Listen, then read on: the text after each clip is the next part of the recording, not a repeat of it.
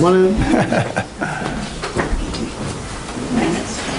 Call to order April 23rd, Hastings-on-Hudson Board of Education meeting.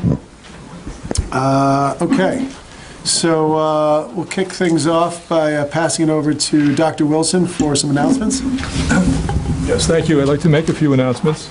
Some good things that are happening around the district. To start with, I should mention that there's an art show that's being put on by the Advanced Placement Art Program. It's actually on tonight. It's going to be on until Thursday, and begins in the late afternoon and runs until about 8 o'clock in the evening.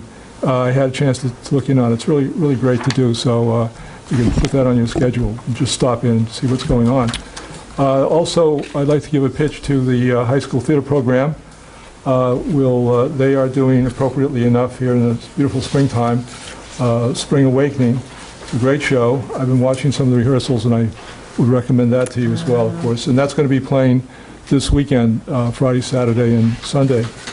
I should like to say I'm very happy to announce that there's been so much attention paid in the media with respect to incidents of problems of measles. We had a meeting with the medical staff here, including our very capable nurses, and they assure me that there have been no cases in the immediate area, and not here in any case, and that they are, in the event that there would be a problem, fully ready to handle situations that come up. I spoke to them for quite some time, and I was really impressed at how knowledgeable and on the ready they are on this and many of the other issues that you know about. So I'd also like to mention that we've continued to conduct a search for the assistant superintendent. We've been given some new references to people who might be good candidates, and we continue to look for the very best that we can find. And so that we'll keep you posted on, and we're on track, we feel, in the next 3 weeks. So we have some recommendations and actions to the board that they can look and make a final selection, along with our new superintendent, who continues to amaze me. This woman seems to be working 2 jobs. She's actually still working for Brewster, but she's down here so much, and I've been impressed because she's been going around meeting all the staff and students even, and everybody that she can say hello to, and she plans to keep this up until she works here, which will be coming up, of course, this July. I had been when I was asked to work here, part of my contract is to do a strategic plan. So I worked very hard on it. I think I may have seen many of you. I interviewed so many people all fall and into the wintertime, and gathered a tremendous amount of information. And I've been chipping away at writing it, and I just want you to know I had a really good vacation week. I've made tremendous progress, and sometimes I wasn't sure, but I really have confidence now that I'm going to finish this thing. It's about this thick, but I will be sharing that with you in the not-too-distant future. If any of you want to hear it, I'm afraid I won't be able to read it all to you. It's too long. Then I would also like to mention that the next Board of Ed meeting is scheduled for May the 7th, and there will be, I should also mention, before an executive session at 6:30 that evening. It might also be appropriate if we called on our district clerk, Janine, as we've had some information now as to the upcoming board elections and also the budget election. So do you have some candidates that you'd like to announce? Yes. So 4 people have announced their candidacy to run for Board of Education positions, and we pulled the order that they would appear on the ballot today. So the first name to appear will be Sylvia Robles. The second will be Doug Sondheim, followed by Allison Andrus and Nanisha Nunes. And what's the date of course, both the budget and the board member election? May 21st. May 21st. And the voting is from 7 a.m. to 9 p.m. at night. Prior to the board election, there's usually a debate that is sponsored by the League of Women Voters. That's about a week before the actual vote, where the 4 candidates will be invited to come and speak and answer questions that are posed from the audience. So it's an exciting time. And we have an unusual board election again this year. because of resignation by Christina Mitchell earlier. So this happened the last time. So on May 21st, the two people with the most votes will be elected to 3-year terms starting in July. The person in third place, so to speak, will actually take over a seat that was vacated that Nanisha is currently sitting in, and they will take it over after the election on May 21st, so starting with the next board meeting, and it will be a 13-month term until the following May when that seat's term comes up, because our seats have 3-year terms, not the people. So it gets a little confusing sometimes. And, I'll just add, because they actually posted a question on Facebook asking this about, why are so many seats up and all of that. And just to say that the way the law is structured actually makes a lot of sense when you have a 7-member board rather than having, every 3 years all 7 members up. It's done in a way so as not to disrupt the board so much. So it's always 2 seats one year, 2 seats another year, 3 seats another year, except when you have a situation like this. Okay, thank you. And that concludes announcements for tonight. Okay, great. So we've got on the agenda the winter athletes before public comment. So we wanted to go through that. And Jesse, how much time do you think? Probably less than 10 minutes. Okay, so it's pretty brief. Okay, so why don't we do that before public comment, and then we'll come back. So please pass it over to Jesse Merchant, Jesse Merchant, a terrific athletic director, I might add. I see all these sports fans out here shaking their heads. That's right. Just a couple of quick things. We are going to go through just a quick kind of run through of our winter season. We obviously won't be able to get through everything because I'd be here instead of 10 minutes, I'd be here for an hour. Which you guys probably know me well enough. I would love to do that. But what we will do is I'll go through a little bit of information from each season. Each sport, and at the very end of that sport, we'll give out some of the awards that we have. Now, of course, we don't have every single award because some awards have already been handed out. All section, all conference, many of those are handed out at different places and at different times. So we'll get you what we have here through the Hastings Athletic Office, all right? At the end, if you had come here last year when we first started this, we did some pictures in front of everyone. And what we started last season, which I think is a nice improvement, is that after you receive your award, you can kind of go sit back down and relax. And then at the end of the 10-minute presentation, I'll take all of the athletes and their parents. We can go outside and we can take some nice photos in front of the photo backdrop. All right, that way you guys get to go back to the budget and everyone's happy. You guys don't have to listen to the budget, all of that. So really quickly, I said it a second ago, it's impossible to get through all of the wonderful, exciting, this is really one of the things I love most about being an athletic director is this is the moment when I get to talk about how awesome the athletes are, right? I get to see it every day, and a lot of others come to our games and enjoy it, but this is a chance when I really get to express how proud I am of the effort they put in. So, let's see. All right, here we go.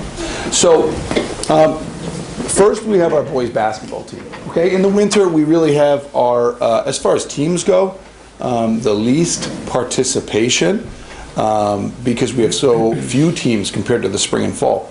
Of course, the indoor track team, who we'll talk about in a little while, they really tipped the scale because there was almost 90 of them this year. So our boys basketball team, you'll hear a couple of parallels between our boys and our girls programs.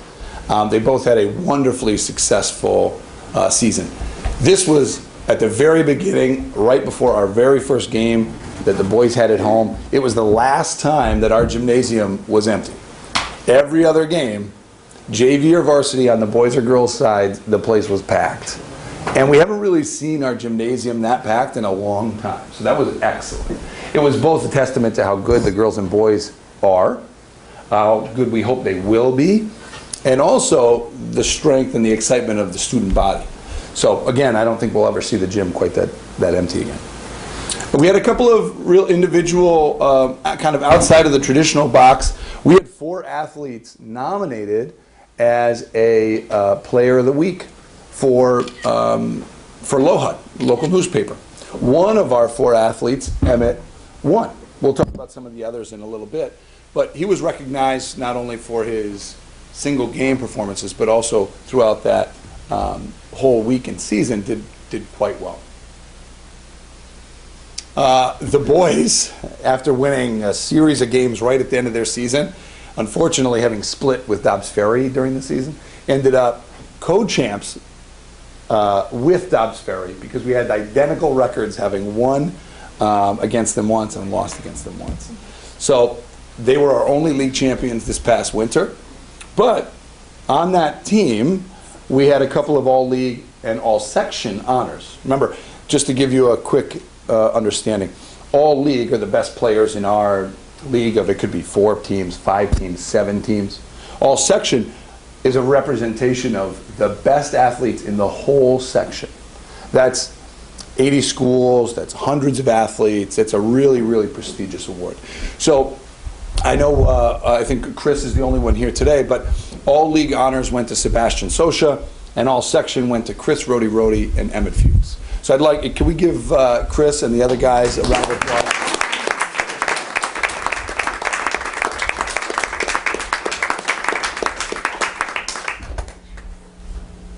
Yeah, I mean, it was quite impressive to watch the season for both the boys and the girls. That league championship came with a 16-4 record for the boys. That's exceptional because it's not like they played a really weak schedule. There were some very, very difficult both league and non-league games built into their schedule. So, next, varsity girls basketball. Okay, once again, a lot of excitement. The gym was packed, a lot of noise. I really do have to plug the Hastings Booster Club. The Yellow Jacket Booster Club is phenomenal. They make me look a lot better than I really am, okay, because they work very hard. They did things like, if you came to the gym during the winter, they had fat heads for a lot of the athletes. They did all kinds of fundraisers. They did raffles. It was absolutely wonderful. The varsity girls, I mean, they had honestly one of the toughest schedules I've seen any sport play in the last 10 or 12 years that I've been so involved in athletics. They played AA schools like Ossining in a scrimmage. We would never play a school that size in a game or a scrimmage, especially so early in the season. But it's a testament to how good and how hard our varsity girls were playing.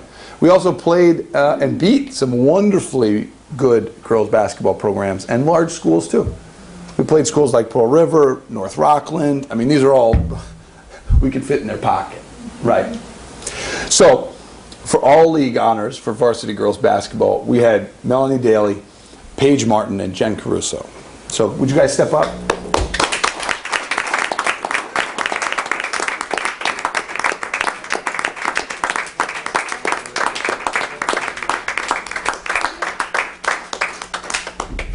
So, it doesn't end there. That's kind of the exciting part of this, right? We had so much attention and focus given to us, not just from our little community, right, but from outside that, both in print media and digital media. I know that we've gotten somewhere, right, for our sports. When I have a close friend of mine who's he's a big basketball coach in the city, and he called me, what are all these Hastings girls doing all over the place? I didn't know you guys were so good. He says, one of my favorite bloggers is all over the place. He's got all of your girls up. And it's felt like every single time we turned around, one of our athletes showed up on some of our really large-scale basketball blogs and everything else. Now, one of the things I haven't mentioned yet is Paige also received all-conference recognition, and that is all small schools, right? That's B, C, and D schools. So that's an even larger award than what she just received in all league. So let's give it.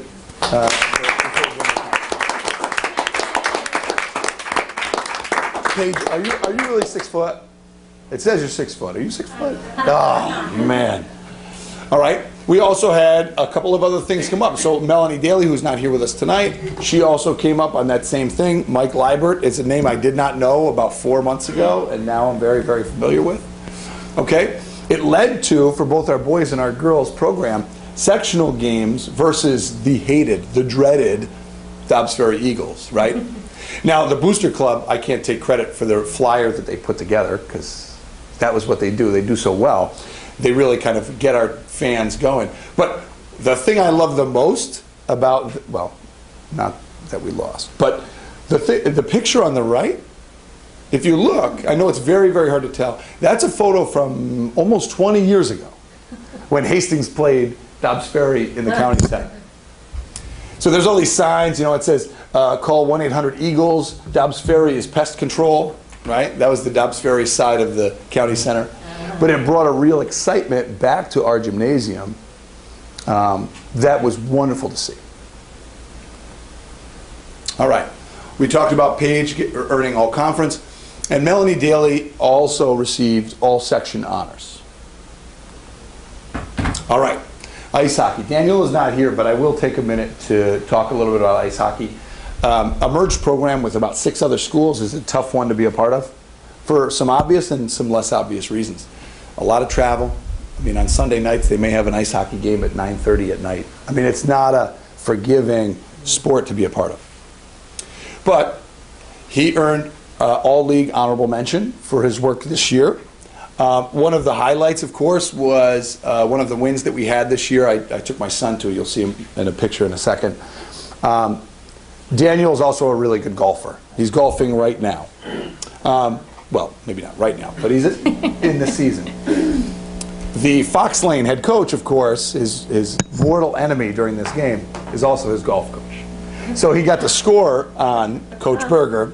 So at the end of the game, they were very happy and kind of teasing each other.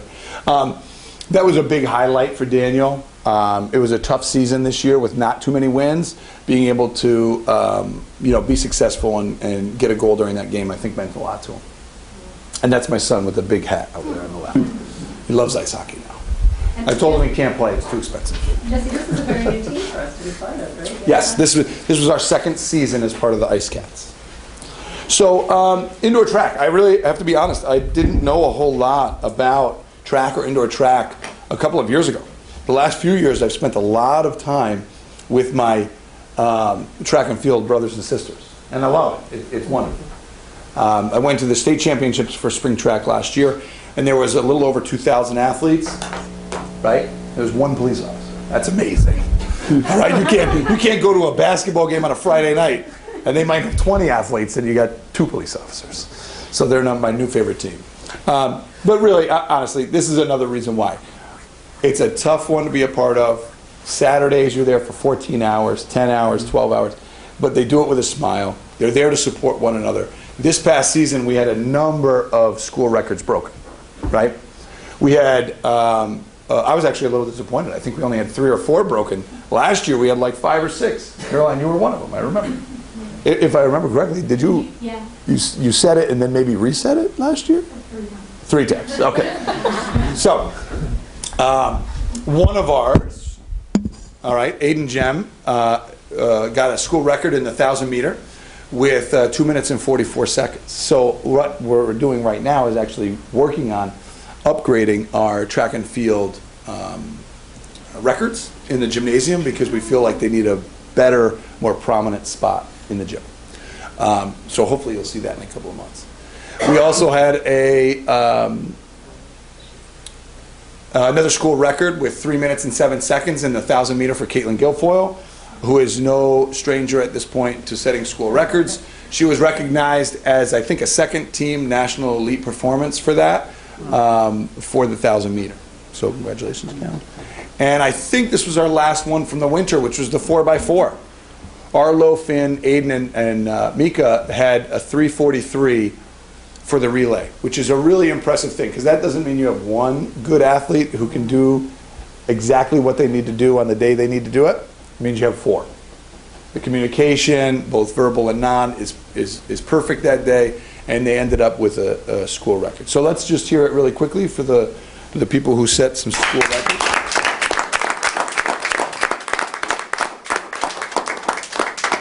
And now this is a very long list, okay? But for all league honorable mention, we have a number of students: Caroline Anderson, Aiden Jem, Ben McDermott, Arlo Heitler, Mika Cantor, Caitlin Guilfoyle, Hallie Sprock, Eva Aronoff, and Labe Bendersky. All right? So why don't you guys that are here step up so that I can give you your certificates, Caroline.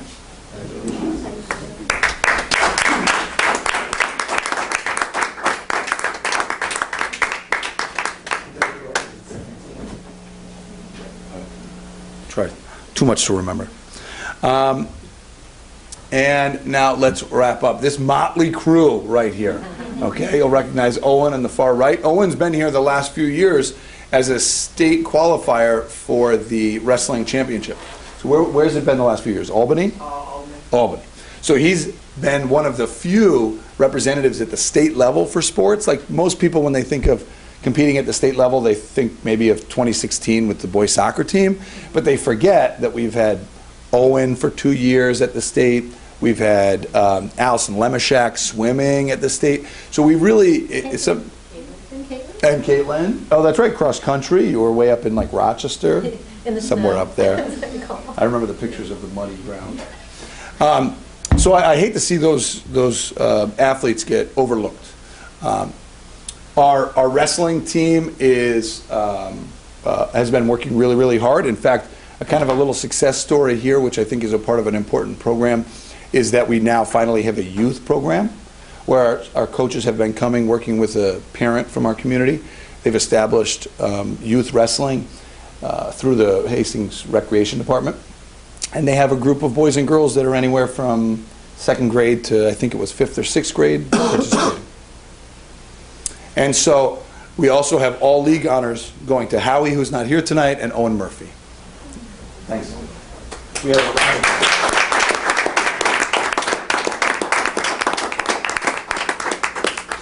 All right, and really where I'll end it is this, as basically a thank you. I will say that I'm excited to have Owen actually doing his senior internship with the athletic office starting in just a couple of weeks. I'm going to keep you busy, buddy. We've always got a lot going on down there. But again, as a thank you. This is a thank you, right, to the athletes, right? Not just the school record holders, right, but every single person and also their parents that put a lot of time into everything that got them to this point, right, being recognized in front of the Board of Education. There's probably nothing we can ever do that's enough for them, right? But we hope that through things like the varsity banquet with the Booster Club and events like this here, and the announcement board downstairs, that our athletes feel valued and that they feel like the hard work that they're putting in really does matter, because you guys really are what makes Hastings Athletics Hastings Athletics. So let's hear it one more time, I think, for our athletes.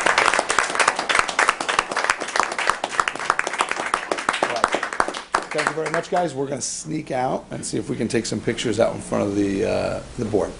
Thanks, guys. Great. You want to step out? Thank you.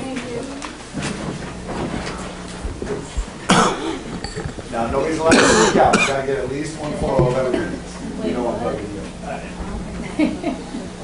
With you, you're in every picture. So there's the public comment.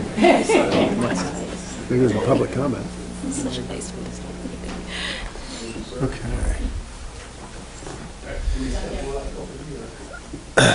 Okay, so let me pass it over now to Clay for the student report. I mean, we had break, so, I mean, but the big things that are going on right now is this Thursday, National Art Honor Society is getting inducted, and then May 1st or 2nd, I think they just changed it for National Honor Society is getting inducted, but that's about it. It was a good break. Right, good break. Slow time, okay. Thanks for coming. Okay, public comment. Maybe thin public right now, so. Okay. So, let's see, what time is it? I was thinking of maybe taking things out of order. Do the architect stuff first? You want to do the architect update? Yeah, so. We're not waiting on anyone else. So we're going to do 3B, and then we'll come back to 3A.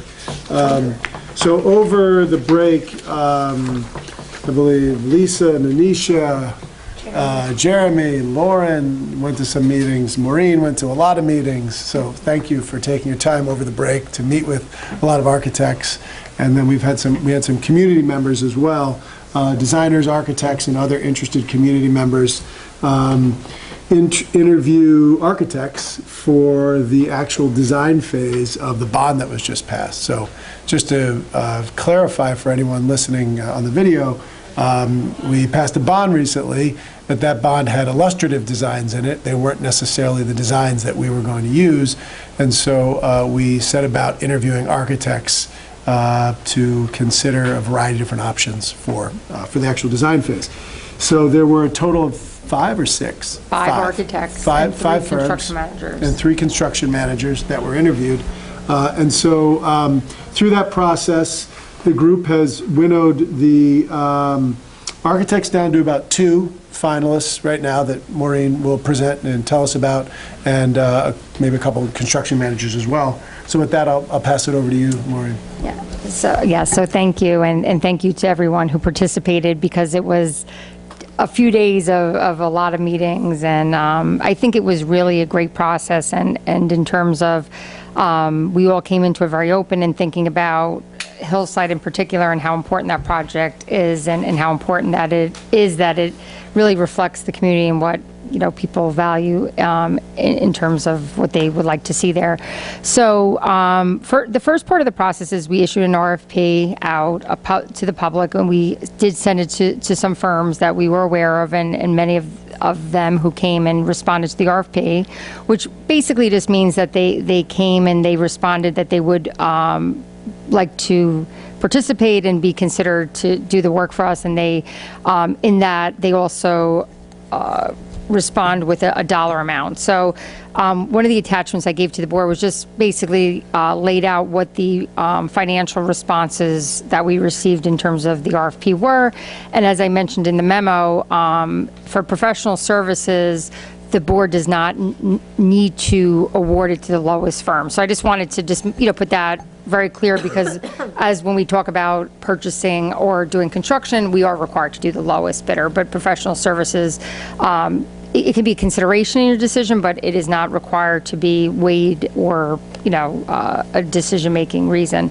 So through the process, I have to say we were very fortunate. All 5 firms are very, very well accomplished. They've done work all combined. They probably designed or built every school in Westchester County, if you think about it, because all of them, every building and every private school. But basically, where we ended up, where there was one firm in particular that really stood out to us in terms of the design and what their vision was, and I think they really hit it on, beyond the fact, and I included, I don't know if we could, for the public, can kind of pull up also at home the presentation that we received that evening, and just kind of some examples of their work. And I think we were all just kind of the vision and some of what they talked about in terms of Hillside in particular, or the auditorium here, or the music rooms. They really seem to have a real sense of the needs of the community, and I think obviously their work that they've done is amazing, and they're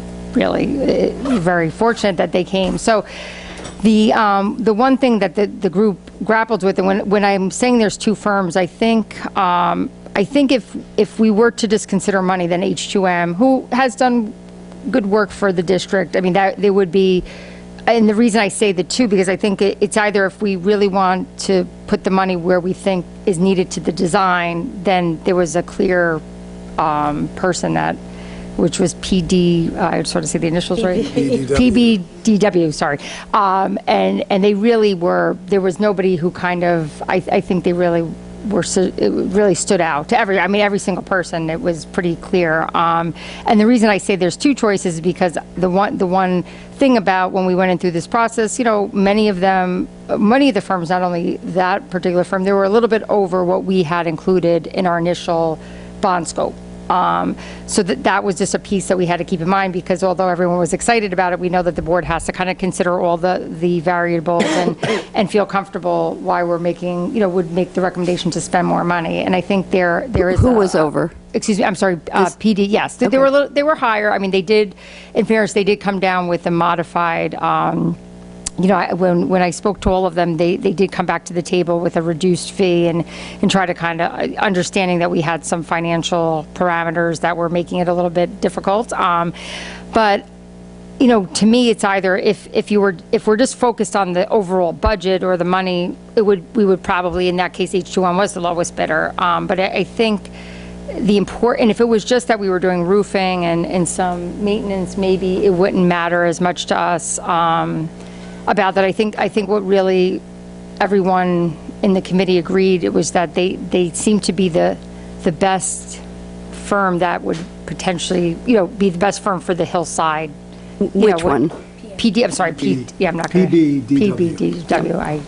Yeah, so that's kind of where we ended up, which was, when I first opened the bids, I was like, oh, gosh, but then I just kind of put that aside, and actually I didn't share the bid results with the group initially because I didn't want it to because I know for myself, I was like, okay, I got it, we just have to come into this with like a very open, and see where it's gonna, where we feel we all are at, so. So Maureen, I have two questions about this. One that I don't understand, which is, we go out for a bond this is based on drawings by an architects. Well, they were conceptual, they weren't real, Okay, but construction drawings, yeah. for a certain amount of money, and I think what everybody thinks is I think the assumption is for most people who vote on it that that's the design that we're going with, and certainly the amount of money. So how does it work in terms of if we pick a firm and their drawings turn out to be more money than we've bonded for, number one? And what do we do? We've already paid H2M for a lot of their work and their drawings. You then also add in an additional cost to what we've already approved in the bond? No. So first I'll start with H2M. Any and all districts, when you do a bond, because you don't know if it's going to be successful, the architects go into it. We had worked with H2M for many years with our old bond, and they did do that. That engagement for pre-bond services was $25,000. It really was almost for like 20 months of work, which was certainly a bargain on our half. And quite frankly, that's an expense you're going to incur. It's the money that was in the bond for professional services were for post-bond construction documents, design, submittals to the state, and being and overseeing the project to completion. So that really doesn't matter in terms of like what we paid to H2M. That's kind of irrelevant. I mean, in some ways, yes, it would be nice for them, or it would have been okay to stay with them. But I think what we found with going through this interview and really thinking about Hillside in particular, that we felt that the firm that we were choosing, although they're more expensive, may be the right firm ultimately. Now, in terms of the overall dollars in the budget, that won't change. So all the architects are very much aware of like what we have budgeted per square foot for construction, and they understand that that's what we need to spend. I think within reason there could be a little bit of variables, and then the design may be a little different where you may save some money because things may change a bit. So we have, I believe, enough money in our construction that anyone will be able to work, reasonably, unless there's like a huge inflationary cost in the next 2 years. They'll be able to deliver an addition to Hillside within those financial parameters. And just to follow up on that, because we asked similar questions. So we did commit to do a cafeteria for classrooms, but the design can be in an entirely different part. The addition doesn't have to be where it is. And in fact, one of the things that came up is many people did not like the original design. And one thing that I'm excited about by using, an architect of this caliber is one thing that I didn't like in the old design was I didn't think that it lent itself to flexibility for additional classrooms should we need. I mean, I know the board said things like you could put up a wall in the cafeteria, but that's not realistic. It's a 2-story structure. Yeah, doing the kitchen, right, taking the equipment out, that doesn't make sense either. That's a 600, it's not even the full size. So one of the directives to the architect could be, when you're doing this, please, if we need classroom 5, classroom 6, classroom 7, let's design this in a way that we could very naturally, organically do that. So. Is it, so there were a series of architects that were part of the process. They've taken the time, and it was just delivered, I think, right before the board meeting and attached, to write about a 2 or 3 page letter with their professional thoughts, which I found very helpful. Margie, would you be willing to read that just up at the microphone? And this is Margie, is it Lavender? Is that how I pronounce it? Lavender, who's Hastings resident and an architect. Part of that, part of the group that wrote that letter. Okay, this was a collaborative effort, and really the whole committee, lots of conversations, and then Lynn and I spent the bulk of the time putting the letter together. Okay, so dear members of the Hastings Board of Education and Administration, we are the volunteer committee advising on the selection of the architecture firm for and the subsequent design of the projects outlined in the recent bond referendum. We're a varied group of design professionals, and while each bring a different skill set to the table, we are unanimous in our opinion following the interviews we participated in over the course of the last 2 weeks. Of the 5 potential firms that were interviewed, one stood out, which is PBDW Architects. PBDW was the clear leader in design, creativity, and constant pursuit of innovation, and we feel strongly that they are the right choice to bring us a smart and original design solution while adhering to a tight budget and schedule. They're an award-winning firm with more than 40 years of experience bringing educational and cultural projects to life. They have successfully completed numerous school buildings with intriguing facades and luminous interiors, often with low cost per square foot restrictions. For their interview, partner Ray H. Devil, I don't know if I'm pronouncing his last name. Devil, sorry. And designer Rena Mand, am I pronouncing Mandy. that? Mandy. Sorry, Mandy. Presented an impressive and extensive body of work. In addition to their exceptional talent, Ray DeVell is a longtime resident of Hastings-on-Hudson who walks his dog around the hillside woods daily, and Rena Mandy is a Hastings High School graduate. So they have skin in the game, and they will bring their imagination and extensive experience to a project close to their hearts and all of ours. Evaluated upon fee alone, PBDW Architects is not the least expensive choice, but we implore the school board to look deeper. In addition to their talent and expertise, their fees include, for example, a lighting design consultant specializing in daylight harvesting. It should be underscored that this is a principal aspect of their practice. PBDW Architects designs and sites their projects to maximize natural daylighting and incorporates inexpensive technology for daylight harvesting, all of which will save the school future energy operation costs. As a village focused on sustainability, it is only appropriate that the school is a model of that commitment. Having designed the first LEED certified school in NYC, PBDW Architects is a pioneer in green building.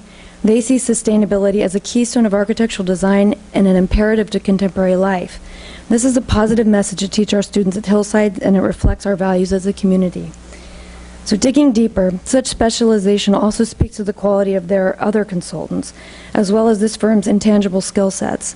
They have experience in performance spaces and isolated multi-use acoustic spaces, and will bring necessary sensitivity to the experience of the auditorium. They have a great deal of competence in complicated building logistics in both historic renovations and new construction. They have designed projects tightly knit into an urban fabric, as well as beautifully sited on a steep slope such as Hillside. While the community will take great interest in the exterior form of the Hillside Elementary addition, as well as adherence to budget, we are not ignoring the equal importance of the interior spaces and how they'll be experienced day to day by the staff and students. Of all the firms interviewed, PBDW Architects was the only one that proved that to be beautiful and beneficial, design does not have to be expensive, and that this can be achieved with innovative solutions to multi-purpose education spaces, appropriately scaled spaces, and furnishings, thoughtful storage systems, simple materials, and good daylighting. PBDW Architects impressed us not only with their portfolio, but with their sensitivity to the community throughout the entire process. They presented projects in which the construction was carefully phased to allow work to be done while school was in session, saving precious time in a compressed schedule. We feel confident that with their experience and understanding of consensus building, they will ask the right questions both of the school and of the community to inform their design. We are also confident that with their process of regular estimating with the construction manager at project milestones, they will hold tightly to the budget. It is difficult to simplify what makes good architecture in a few words. Good architecture increases well-being and productivity through layout, proportions, attention to detail, and connection to the outdoors. Good architecture evokes a sense of specialness of place. Good architecture lasts for generations. This committee approached the review of participating architects by determining which firm could handle the often complicated logistics of a public school project and leave us with a building that is an enduring source of pride for the school and community today and into the future. This community also approached the review process with the following questions at the top of our minds. Do we want to inspire the students, teach them that creativity matters, that physical space can have intangible qualities that make their education better? Do we believe that giving kids great, beautifully designed, up-to-date, latest-in-thinking schools will help them be better learners and better people? Do we want to say to parents that Hastings wishes to align itself with the brightest ideas in school construction? We do. And we have that opportunity at hand. And one firm in particular has shown a portfolio that illustrates their constant and successful pursuit of innovation. PBDW is our clear and unanimous choice. We hope that the board will take the time to explore the work of PBDW architects and share the enthusiasm of this committee. We are so fortunate to have the opportunity to build something wonderful, responsible, and sustainable for our village.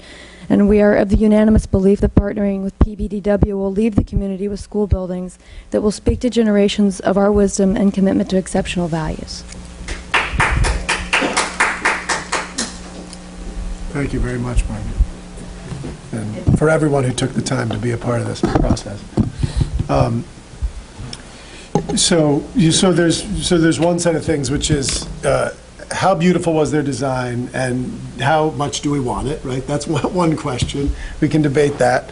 I've been through their presentation, and it's certainly...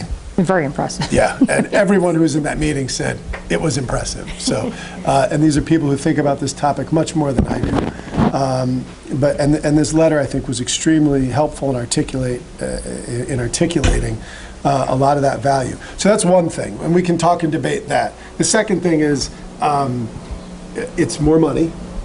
And so what do we do about that aspect of it? And so I thought, we can come back to that first part if we want to and need to. But maybe, Maureen, you could talk about some of the ways you were thinking about that.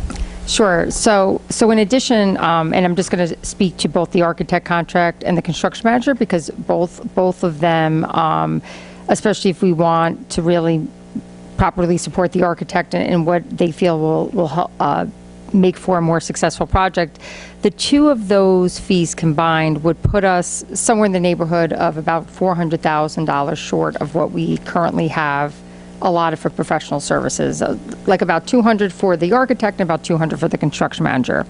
I think I had just mentioned earlier to you in the meeting that the construction manager bids are actually higher than that, but the two firms that I think would be the two that we would be more likely to go with both agree that they could, we could scale back the engagement a bit to kind of work, get the number a little bit lower. So as I was kind of thinking about, what would be the best way to approach this, I mean, certainly there is some contingency money that's in the bond, but that contingency money is really there for construction contingencies. And my concern is to kind of hit that bucket of money would kind of hinder our architect's ability, because that really is there for construction contingency. So that wouldn't really be fair, because then they would be definitely handcuffed when they're, working, that they don't have that flexibility. So there were a couple things that came to mind. If we were to, which we need to do this anyway, move forward with awarding a contract, and my hope would be with the first week in May for a start date for both the construction manager and architect, whoever the board decides ultimately to go with. The idea would be the first 2 months of their work we would pay out of this year's general fund budget. So obviously it's not going to be that much, but there will be a lot of work in May and June for them in terms of creating, there'll be a lot of upfront work in getting a lot of meetings scheduled, starting, I mean, they really want to start July 1 to be creating construction documents. So the finalized design is going to be between May and June. And that's to keep with our timeline. So for the both of them, that'll require the construction manager to be working alongside them as different designs are being contemplated. They're going to have to go and get all the estimates of, and it's it's pretty detailed, right, in terms of their work. So I think that I'm just going to call it, say, about $50,000 worth of work between May and June could in fact be funded by, as the board knows, every year, we're at the close of our business year. We have some excess funds available that we will be putting to some of our fund balances, and we can choose to use some of those funds to pay some of these professional services if the board wished to do that. Then the other idea would be to either, I think as the construction goes along, I'm not making the recommendation to put it into the budget next year, meaning the operating budget, but as we get more into the process, there may be room within that total construction budget to handle some of those excess. And if not, then the following year we would have to either take some money out of a reserve fund, or we would have to budget it put some money in our line item budget for professional services. So that would be the 2021 budget. So that would be, and then there was another thing that I actually just thought about earlier, and I just had mentioned to you and Lisa, that there is a communications system, which is basically an overhaul to our PA system. It was so that in the middle school and high school, like right now, they're working off of a separate panel this way that if you could push messages over and to kind of integrate those systems as part of our emergency plan and do some updates where necessary. We could in fact pay for that communication system either from a capital reserve fund or potentially do that work now, because we actually already had the bids on that in order to put it in our budget. So we had engaged some firms to get a sense of the different options available. So that would be a fairly easy thing to decide to do now and get that work done. Actually, Maureen, that's not a bad idea because that's a safety issue, yes. right? Yeah, I mean, so to get the that safety issues, I accelerated think not a bad idea. No, absolutely. I mean, I think similar to the doors, like I had said to the board, I mean, we had the money in the capital reserve, but I think a week or two ago, you authorized the purchase of, I don't remember exact amount of doors, but to say 40 doors, because I think there's a safety component of that. So to your point, I mean, the communication system, the reason we're putting it in the bond was because it is something that is in need of some overhaul. So those were some ideas in terms of how we could find the money. It was 150,000 between the two buildings. So is it mostly the professional fees that we don't have enough to cover? Yeah, well, I mean, right now, we don't know what, I mean, we have no idea what the construction, I mean, we have a sense of it because we know what the market is, the numbers are now. And actually, that was one good part of all the, when every architect I said, well, what are you seeing right now in terms of square footage numbers? So I think, thankfully, the numbers that we received were all, we will have enough money for that, where we're covered. So I think though that these fees are a bit higher, and although, you know, when I initially opened them myself, I was like, ooh, you know, but when you really think about those dollars in a building that's going to be, you know, 50 plus years of an investment in the school district, I mean, it can, you know, you have to kind of think of it in that way as well, especially because I think as Margie did such a great job in articulating it, those were the kind of the thoughts that when we went into this process and seeing what some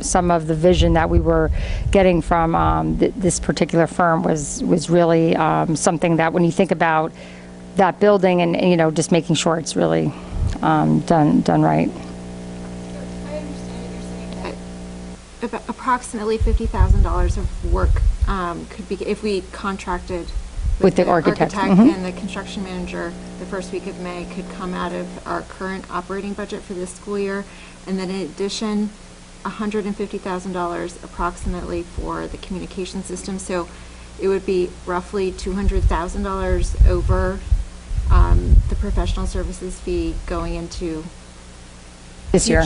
Yeah. This year. Oh, and then in the future, right? We would have a future, there would be an overhang of $200,000 that we'd have to make up somehow in our budget. Right. And I think because, I mean, there's a couple options, and I mean, optimistically, there may be some just in the overall scope of the bond, we may have that savings, right? Like we have contingency if we don't end up needing all the construction contingency. I just don't want to promise you that if that does not happen, what you will need to do is either in the 2021 year, either put that money in a line item budget, or possibly we could take it out of the capital reserve, which is somewhat, you know, in my mind, it's tied into doing capital projects. So I think that would be an option, and we do have some funds that we you know, have left in there for if need be. If we use that, if we take out 150 for the communication systems and spend on that now, for safety reasons, is that something that's aidable or no? No, we won't. We will lose the 8 on that 150. That would be the only, you know, kind of. But quite frankly, to be honest with you, we did talk about potentially, like we had, I mean, there is a piece of that I'm sure Joe would like to do, but it was just something that we ended up putting into the bond. Because initially we weren't sure if we were going to do a much larger overhaul, but after seeing what we have, it came down to like a much less expensive option. So we would be foregoing some state aid on that. But I mean, that would be one piece of it that wouldn't be ideal. When you said we could put it in line items for 21, I'm assuming it would likely be maybe 21 and 22, or? Well, no, it would be probably 2021 because the building is scheduled to open September 21. Budget, that, right. It would be the 2021 budget. Because that would be at the end of the contract. We would still owe them money between July and say, October or a little bit later than that. Okay, so we would try to get it all in next year's budget, you think? Well, not, the budget you're voting on tonight does No, not I know, include that, no, and I think we'd be fine, because we I have. don't mean next year. the like- following. Not 1920. Not 1920. But again, at that point, if we found we couldn't put it in our budget for some reason, or we didn't feel we could take the entire 200,000, there is the option of, taking some money out of the capital reserve at that point, if you felt. And just to give you an example, the last time we ended up taking a little bit of money out of the capital reserve in our last bond, we had we had a few $100,000 we intentionally left there. So as you're in the project, it's nice to have a little bit of that, I would say a little extra contingency. And it's not even sometimes that there's unforeseen expenses. There may be something as you're going through it that you say, it would be great to add another 100,000. So, I mean, in this way, it's not a tangible thing, but it's, you're kind of using that, you could be using that money toward the professional service for the capital. I mean, it's kind of all under one window. People use capital reserve funds to fund like complete projects, including their architect's fees. So it is like in tied together. But I think, at that point, it would have to be one of the other, or the third option, which we don't know if that will be the case, if the overall cost of doing all the projects comes in less. There could be money there. So that's also, that would be the best, option. That would be lovely. So let's maybe pull back and just have the board discuss a little bit, maybe the two issues. So the one issue is, do we want to engage in figuring out how to pay for this in the first place? And if we do, can we find a way that we're comfortable with paying for it? So maybe we take the first question first to see if the second question is even worth exploring. So the first question is, do we want to go with the architect? Yeah, does it make sense to go down the path of figuring out how to pay for it? I mean, having been on the committee, I was going to say, when you said, that we'd get a project that looks beautiful, I just want to say, and so much more, as Margie said, this is a firm that is very focused on sustainability. I didn't really hear that from the other firms. I feel like that's so Hastings to the core. I mean, I believe we were the first village to have certain of our government buildings be LEED certified, I think. We banned the plastic bags, and now they're thinking of doing it on the state level. This is who we are. And to have an architect that cares about that. Another thing that I don't think came out necessarily is that they've done a tremendous amount of work with schools that focus on special education students, and they talk about their understanding of how to create classrooms that are better for students who have learning issues. And again, the design, it's not that it's just pretty. It's, the current design that we've been working off of, it, to me, was problematic. It butts right up to the steep slope. To have people who really know that land, I think, is critical. And then, as the bonus, their designs were just stunning. And I think, if you looked at their client list, I think their client list really speaks as to how exceptional they are. So to me, the answer to number one is yes. And I wouldn't necessarily say we were redoing this room. But an addition at Hillside is beyond just the school. It's for the entire community, or the entire community is going to live with it. And I think for I think we do need to go out on a limb for that. All right, so having not been part of the committee, I do have a question in terms of, so I think all of those points are, very sound points, and I think that the letter is an excellent letter of incredibly strong support. The one question I have is in terms of operational delivery. So they've done a lot of projects, and I think that there is a due diligence aspect of speaking with the construction managers that they've worked with in terms of delivering at budget or below budget and at time frame or inside of time frame. I think that in the time that I've been involved with this, I guess it's H2M. H2M. I was thinking, I was about to combine them into HDW. No, H2M. Too many acronyms. Has, I think, become a household name within the river towns. They've worked in Irvington, et cetera. And I think that as a result, and obviously they've worked on our prior bond, which was heavily outdoor oriented, but as a result, there's an inherent comfort level that timelines are met, budgets are met, et cetera. I think that if we have a high level of confidence from background work that the initial upfront outlay does represent the delta between one firm and the other, then I think my initial instinct is, having not been on the committee, but getting this kind of feedback is, you don't be, a penny rich and a pound foolish, right? But we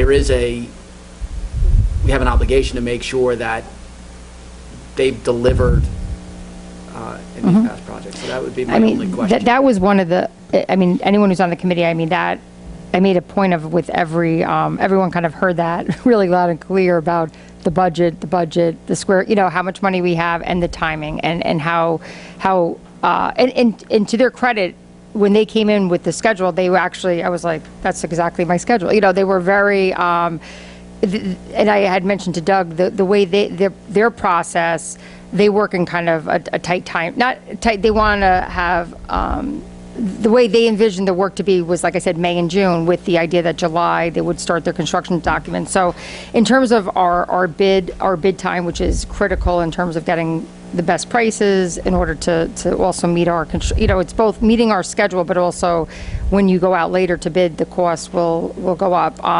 They definitely, in all the firms actually, I think understood that, including Ray and the firm, sorry, I'm like, these acronyms, I know, PBD, I'm just very tired today, sorry. But I think that was really discussed, and I had a follow-up conversation with a few firms, including with Ray, and he put that in a letter. He understood the time frame. He understood, so I think it's I can do some follow-up, because I did with other firms. The one thing because I knew a lot of the other firms who had come, when I got their bids, I already had called, like other schools they had worked in, to kind of get some background on some of those kind of questions. And I can certainly ask Ray for a couple, that would be part of like the final before you would sign a contract. We need to do that, just to kind of call a few of the last clients that he worked with, and certainly say what was the original budget that was presented, what did the bids come in on, and what was the time frame, because that is important. And I will add, Maureen did question Ray about this, and he actually told anecdotes, because we talked about change orders, and for those if you're not familiar with construction, a change order is a modification to a contract. 90% of the time it's an increase, we found this and we had to do X. And he talked specifically about change orders and how he does a lot of front-end work so that we will not have the change orders. And I think he even told the anecdote about some fellow whose boat is named change orders. Right. So he's very sensitive to that. Well, that is a good point, and that's the one piece, and that's why, again, obviously, he did mention that, and I would agree, that's why, like, even with H2M, when I said that, although the other firms were all very impressed and they'd done work, that would be the only reason that the two of them would be in the mix, because I do know in their work we haven't had a lot of change orders, and that does matter, because it's how tight and how good their actual design is, because a really good contractor will be able to look at it and know where all those holes are. So doing that kind of work up front, and again, the way he likes to work, which I think it really does make sense with this Hillside project, is really working very tightly with the construction manager to ensure that whatever, design that they have that will come in, as close to budget as possible with, barring inflation or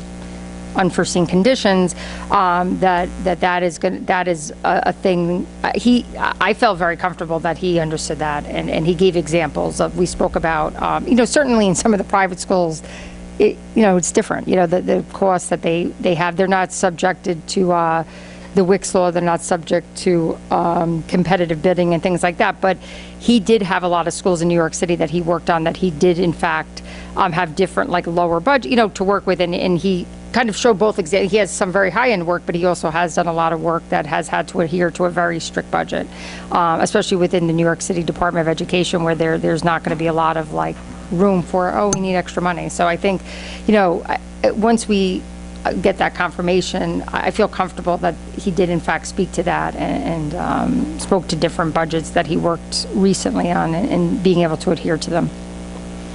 So I guess on that point, just to drive it, I'd like you to speak with construction managers that they work with, and just get some specific cases beyond just the representations from the firm, that's one. And then, number two, as I glance through this presentation, are there public schools that they've worked with? Yes. There were, yeah. There were. They mostly, the schools that are public have been within New York City, but they're, like Lisa had mentioned, they're mostly for special needs students. There was quite a few. They do have a familiarity with working with SED. Well, that's why I was like, and that's where they've worked with SED, because that was a concern also. And again, I believe me, sometimes I feel bad because I'm like, all those concerns were addressed in terms of the familiarity with working with SED, which is a different agency than, the New York City. But because of that work, that does in fact go through that SED process because they're funded through the state, so they kind of have to adhere to their process. So again, they came in and even speaking to them before, we were kind of talking about the process, and they were aware of the third-party review, so they were very familiar with the way the state operates. But to your point, I mean, they were, that would be one of the steps, and I would do that, absolutely. Everyone else I already knew who to call, like who to get their references from, because I know people who use them, but that would be a piece that, of course, we would absolutely need to do, as we do with anybody, even when we work with them.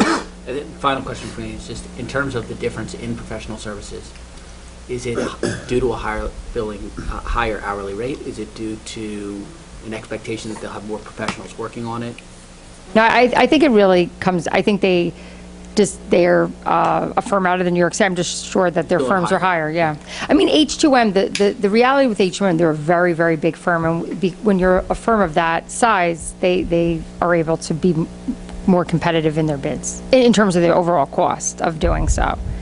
They're just larger, they have the scale. So I think in fairness, there was actually another firm, local firm, that similar to them is like 40 professionals. I mean, H2M has, hundreds of people who work for them. So they're just able to kind of, I think, sharpen their pencil a little bit easier, but many of the firms were in that neighborhood of his bid. There was actually a higher bid from a local firm, so. I think they're not going to man it with, I think I got the sense that it would be 2 people for the most part, and then they have professionals that they meant, obviously engineers and other people they subcontract in. And again, with if we were to move forward, then we would also want to check the background of the engineers they work with. I mean, you just do like some type of check, because in certain cases they're all work under one umbrella, but we would just, of course, ask for those references as well. Tim, I'll just add that while I was sitting on the committee interviews, something that struck me was the comments of the professionals that were on the committee, aside from the letter. You had mentioned that H2M is sort of known throughout the river towns, and we've worked with them for our fields and things like that. And some of those committee members actually shared that they were the ones who actually gave the design for our field to H2M. Whereas now they felt that they had the confidence that this firm with PBDW. Peanut butter, PB. Oh, thanks, Doug. Could actually handle that without a community member doing the drawings that ended up being used. So it was nice to hear that vote of confidence on top of the letter that was shared. Sure. Are any of the construction management firms that are on our list, have they ever experienced working with PBDW? No. I mean, it's interesting. I was thinking about that as you said. I was like thinking, I wonder if there's any of the construction managers they've worked with that we may want to ask for a proposal from. They may actually have a reference. I mean, I had only sent it out to kind of the 3 major players in Westchester. Mm-hmm. I mean, they were the only 3 that people told, that I was aware of. Mm-hmm. That's effectively what I'm trying to drive at, is if that relationship, no work that I've ever done is anywhere on the scale of this, obviously. But that relationship is so key, and it's what makes things go or not go. Right. I'll tell you, though, I mean, out of the 3, we interviewed, and actually one of the committee members who actually was with me at, I think she made all the meetings, Margie, who had read the letter earlier, she agreed that there was a very clear person that we would have made out of that group that really was a very strong candidate. And I already had references on them. They'd done work in Dobbs Ferry. They came very highly recommended, which is Cal G, construction manager. So, I mean, I would be open. I think it's not where we couldn't bring in somebody, 1 or 2 more people to kind of get a sense of if there was somebody else we want to consider. But I also think they would be excellent. I mean, actually, it was they were very clearly above the other two in my mind. And just for thinking of time purposes, we don't have to put out another RFP if we're interviewing more construction managers, right? No, I mean, the RFP is really to get people to the table, but you are allowed to renegotiate that piece. I mean, there may be a way, I mean, I would, of course, ask that before I engage, but I think it's really just to, because you're not required to go for the lowest bidder and things like that, there may be an option to do that. I mean, but to be honest with you, I did really like Calgie, and I was really, really impressed with them, and Ray didn't seem to have a preference to who to work with. I think and actually maybe the fact that Calgie does do a lot of local schoolwork may actually benefit, because they do a lot of work in Westchester and they know all the people up in the state ed department. So there may be a reason to go with a local firm if they're not local. Sure. So, I mean, that makes sense. And really the people that I know who are very particular spoke very highly of them. So that was a good enough for me. No, but I also thought they did a great job at the presentation. So I guess the next steps would be, I mean, if you want me to kind of follow up on what, of course, the follow-up that you had spoke about, Tim, and then the one thing is I would like, if we're going to move forward, we want to get the contract started and to be approved at the next meeting. So I guess, would it be that if everything checks out on the with the background kind of additional information, would we look to Keen and Bean to create the contracts to be approved?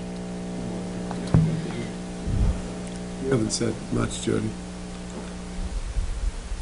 You know, it is if you were at the presentations, I went in there. I mean that's what why. I was going to say is I think that Lisa and Tim's questions and comments were excellent. I'm really struck, having gone through this before. I'm sort of struck by the excitement that people have for this other company and design and architecture firm. There's always concern about the additional cost when we have already committed to a certain amount of money, and but it seems to me that it's worth, if these other things all check out, I would be in favor of it. I mean, it sounds very exciting. I haven't looked at the design. Given all the different people who are commenting, I take very highly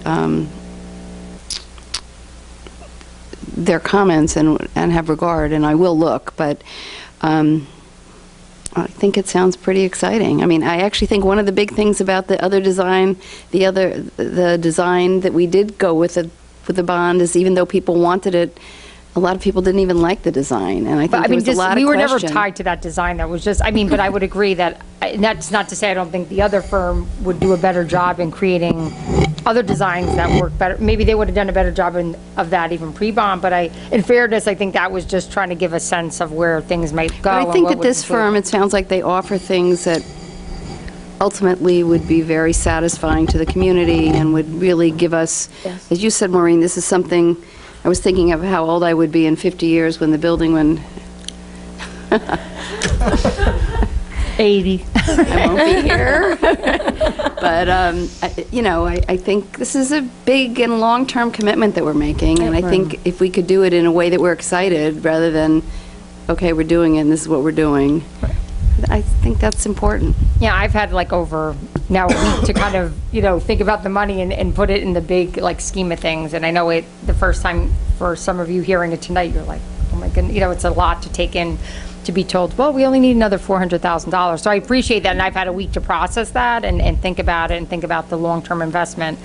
And, but I do think they're, especially as I think about Hillside and the fact it's a major, the fields were a major thing, but this is major. This is a much larger. Can I ask one more question? Yep. Again, a function of simply not being at the presentation.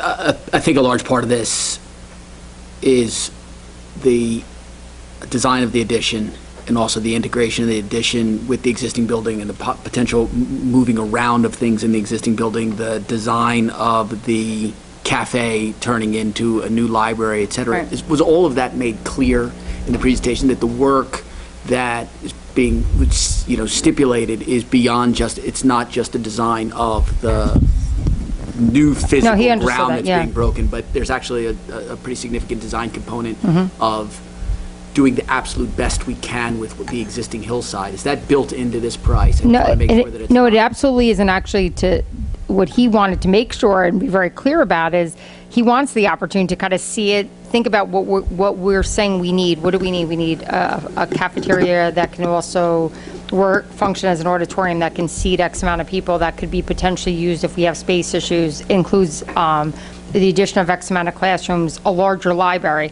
But in fairness to him, I think he wants to also get a sense of the space, and he may say, well, maybe this should go here and that should go there. As long as what we said we want the building to include, it includes. It really does. It's really irrelevant where things end up. I just to wanna make that, sure to it's that, not- Maureen, we may need to just check with bond counsel to find out, how much wiggle room you have on that too. Right. Because I think that would be very helpful to get the answer to that before PB, Yeah. et cetera, has meetings.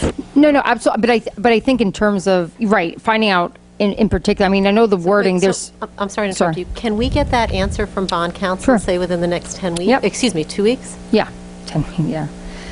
But I think to the point of things can move around a bit, right? It doesn't have to be, I think he understands we want a larger, I explained that, part of the design was to have a larger footprint in the library, which would be a learning commons. So, he may just say, well, maybe it's better here than here. I mean, but as long as ultimately we end up with the same kind of things to meet our program needs, which is really what it's ultimately.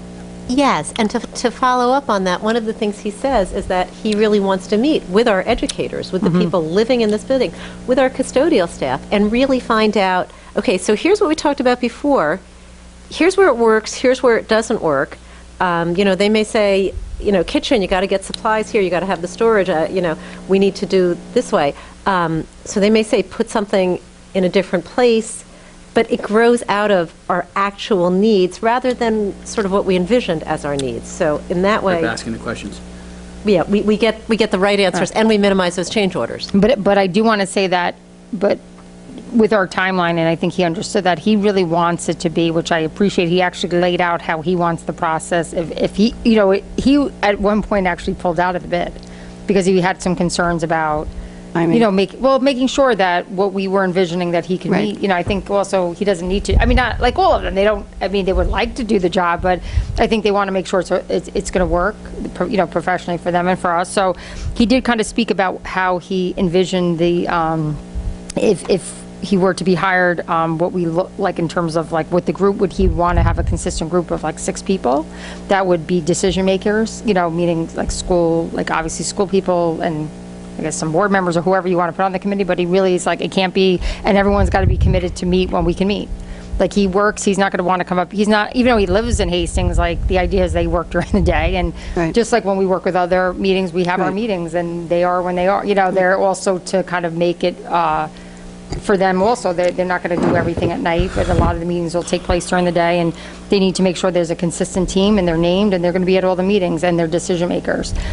They will bring some presentations to the public for some design, the idea they would come up with a few different ideas, and kind of then bring that to a larger community, but that from that forward, there'd be a decision made by the group. We've taken maybe a few comments, and but we're paying him to do the design. He's I don't, he doesn't envision it to be a free-for-all at a meeting, just people throwing out ideas.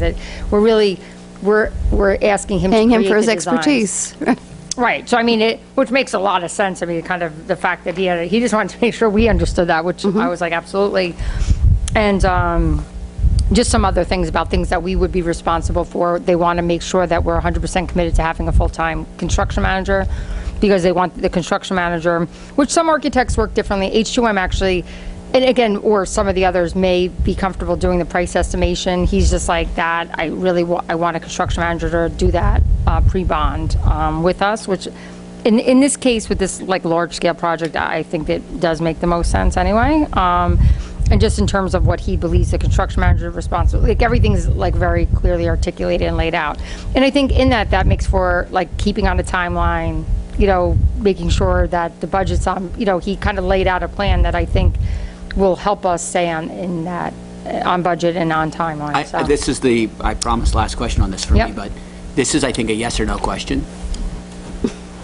Are you 100% confident from the meeting with them that their idea of the design work and architectural planning work and the scope of it in terms of existing Hillside and addition to Hillside is identical to that of H2M in terms of the scope of what we're asking them to do? Yes. Okay, that's what I'm... Well, because I think he understands that, like, he's coming in to design how the layout should be and where things should go, but that it needs to include what it needs to include.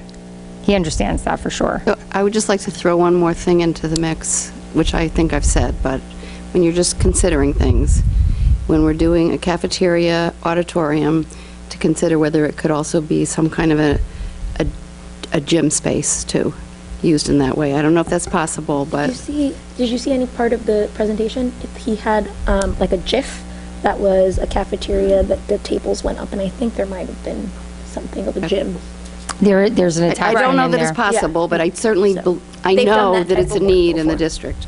And Jody, that's I think where bond counsel is going to help us to understand what we can change and what we can't, because I think that's a great idea, and I think that would improve what we've offered the community tremendously. For the whole community, yeah. Yeah, yeah. You're not speaking as a Hastings No, I'm not Recreation talking Basketball. as, I might not be doing basketball when No, this is done. I'm kidding with you. Oh, Sylvia's so a gonna gym be without, taking a gym without hoops. It sounds like there's some. Sylvia's taking over rec center. Building consensus somebody. here. It sounds like there's some building consensus for, let's explore a couple things. Number one, the questions that were laid out here around due diligence. And then number two, a proposal for how we would finance this. Yep. I mean, my thought around the financing of it is because anything we take out now isn't aidable, I'd like to keep that to a minimum and see how far we can get. I mean, so for example, if he's able to come up, one of the things that struck me about the letter that the group of Margie and colleagues wrote was that, it seemed like in the meeting there was a real proactive sense of innovation, of ideation, and if some of that really results in, I know it's, antithetical to how we usually think about construction projects, but actually lower costs or lower construction costs and doesn't use contingency, and we end up being able to pay a bulk of that $400,000 out of what's already existing money. I would hate to have used a couple $100,000 in non-aidable money and lost that money. Right, but, and the other thing I just wanted to say, though, is, yes, you're losing it on that particular, but soft costs are aidable. So we're taking that money out, but if we spend more on architects, like, that also is aidable. So it's, in the grand scheme of things, like, the money. money. I'm just saying, if we spend it I know if you spend upfront, less, then your theory If we would be correct, spend yeah. less, that, then that money is just left. We can't do anything with that money. You It's not just like we pay can back, take it out. you can pay down debt. We'll pay down the debt less, but we will have used money that wasn't aidable. No, you're true, that's true. So all I'm saying is, I understand what you're saying. Hey, let's not leave it all, let's not put so much pressure on the architect that he's got to figure out how to get $400,000 out of construction so that he can pay himself. Yeah, and I don't think that But- would be fair to do. Right, so that's fine, but let's just kind of split the difference, though, is all I'm saying, as we think about an option. So with that, it sounds like we're aligned as a board to give that set of orders? Okay. And I'm trying to, oh no, I don't know, I was thinking with the communication system, I was trying to think if I paid for it now, but then later we had enough money, but I can't because that would have to be part of, it would have to be submitted to the state and receive approval, so. Maureen, I just want to say for Yep. the record, I wasn't suggesting the gym space out of my own personal teasing. wishes or I needs. It know, really, but- it's for the No, the community we looked on at it. all levels. No, I know, we looked, actually, I mean. For the schools, but also for I know. people in the Listen, community. You There's know that clearly when it not comes a- to basketball, I've heard other people suggest Yeah. it. It's not- Yeah. It doesn't come just from.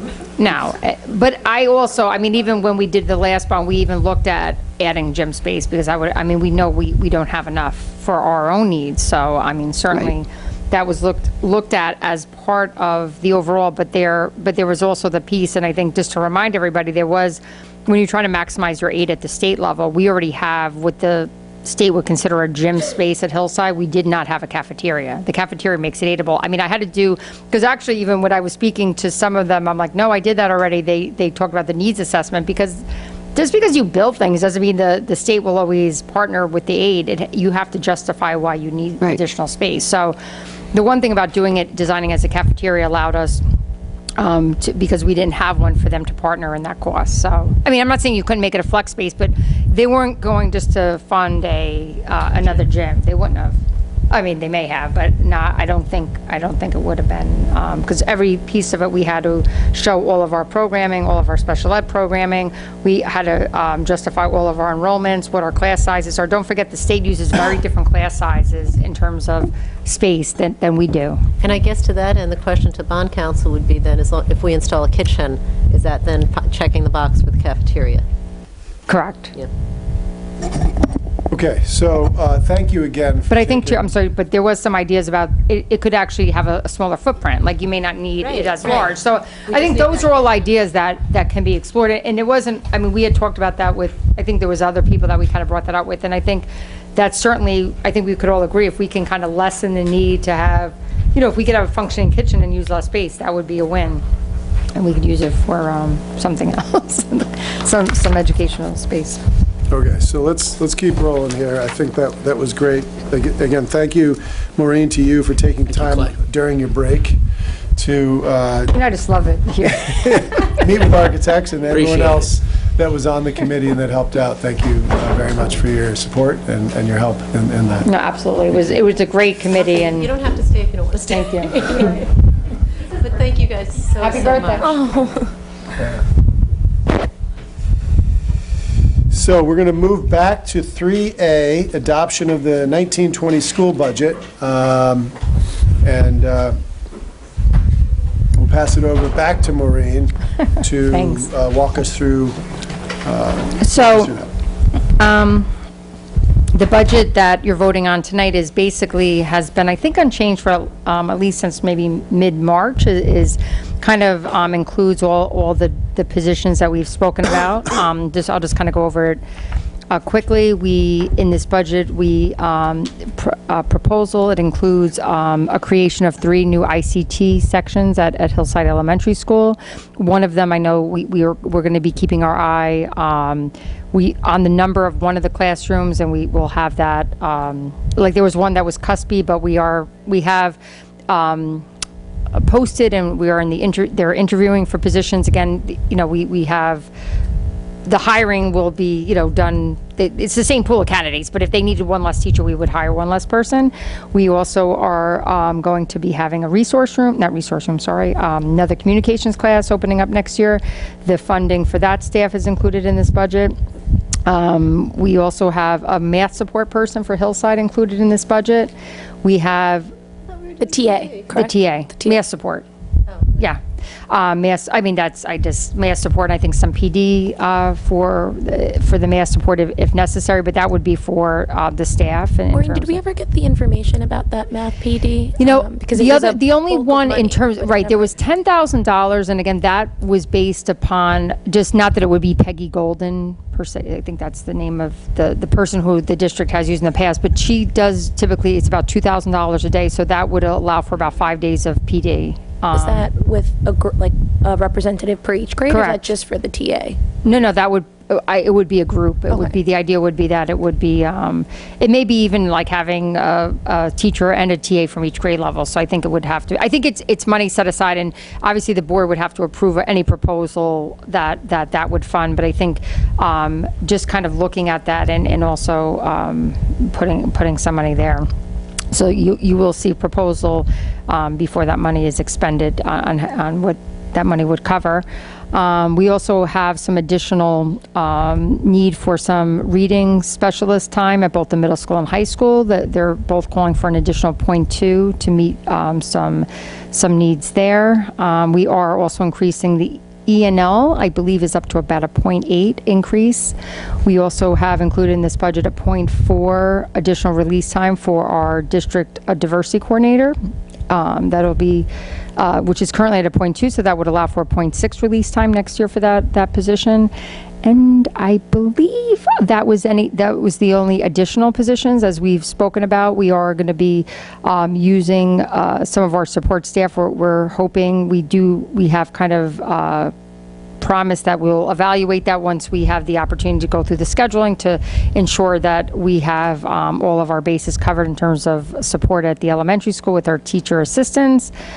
So we're moving forward with the proposed model, but of course, we'll, in August, when the scheduling person's going to come and work at Hillside Elementary School to kind of shore up our plan there. We have that money also in the budget for that work to be done. So this budget reflects the district being tax cap compliant. It actually puts us $250,000 below the tax cap.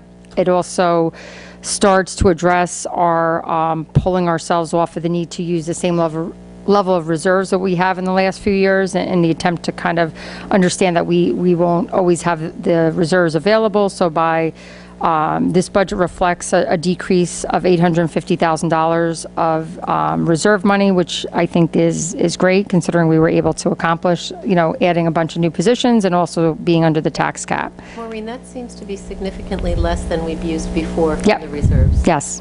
So I mean, I think it's important because the reserves aren't at the levels they were years ago, so that the money will dry up.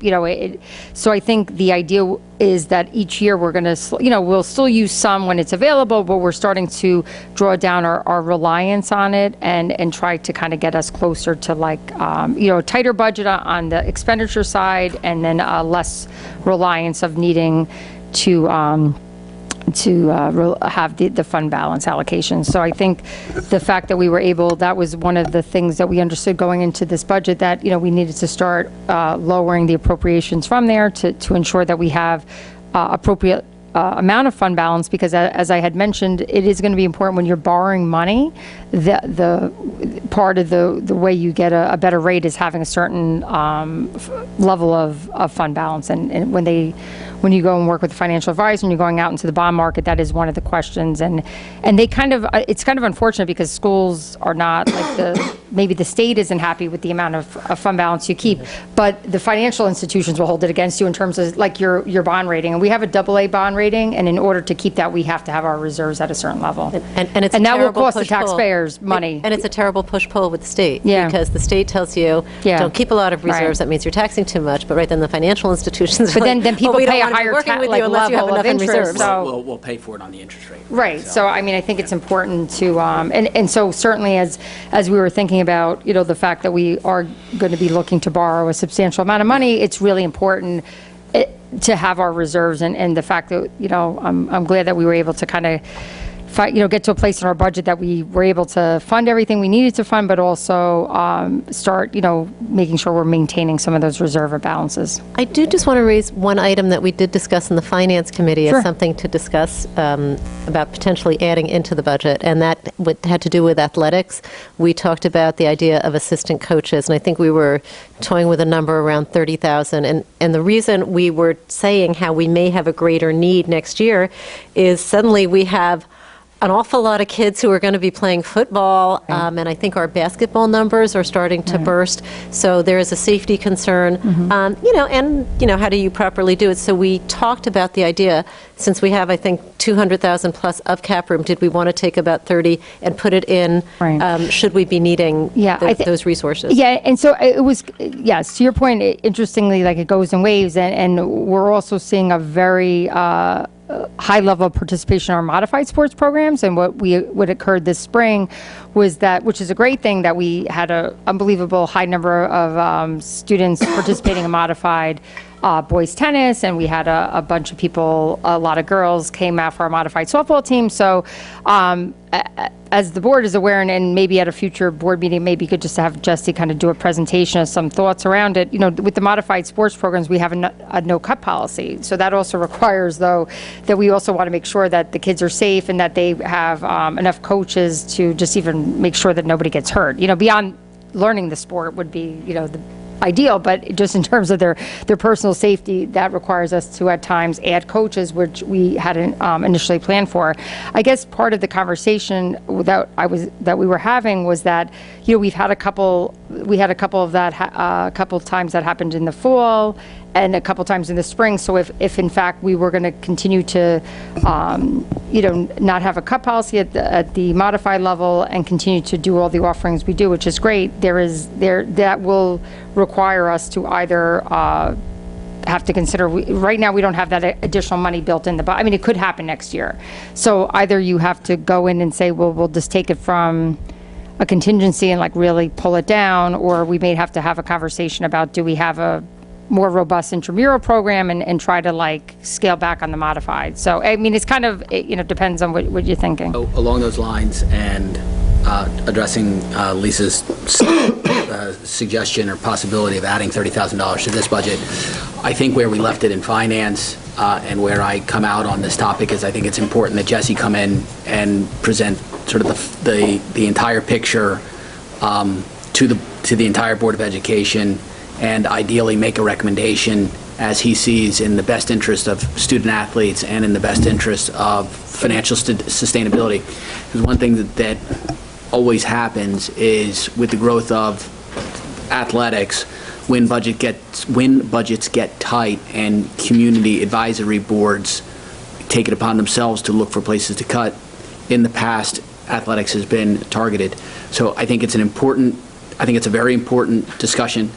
I think that it needs to be led by our athletic director. I think the issues you mentioned, such as the no-cut policy and modified, should be discussed, and discussed, is that appropriate for all sports? Is it appropriate for some sports?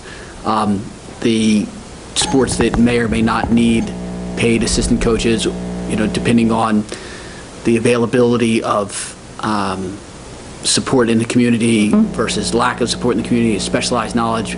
And maybe football requires it, maybe football doesn't require it in terms of specialized knowledge and paid or unpaid. I just don't know. Right. And I think for this one particular academic year, 1920, we should find the $30,000 out of contingency, because I think it should be done in a way that is a programmatic way, led by the athletic director versus, it's a relatively small amount of money that we can find. Yeah, and the 30,000, yeah, and some of it is coaches, and then the other cost is that when you have more teams, you have to have more officials and more, there's like other like ancillary costs. So that's why you're like, oh, it's only a few teams, but it does actually add up fairly quickly. And doesn't some of this come from Jesse? When we were at the Finance Committee meeting, he was talking about the tennis and all that. See, I would agree with you, Tim, if we were at a different point in time, but we have to adopt the budget tonight, and then we can't change it.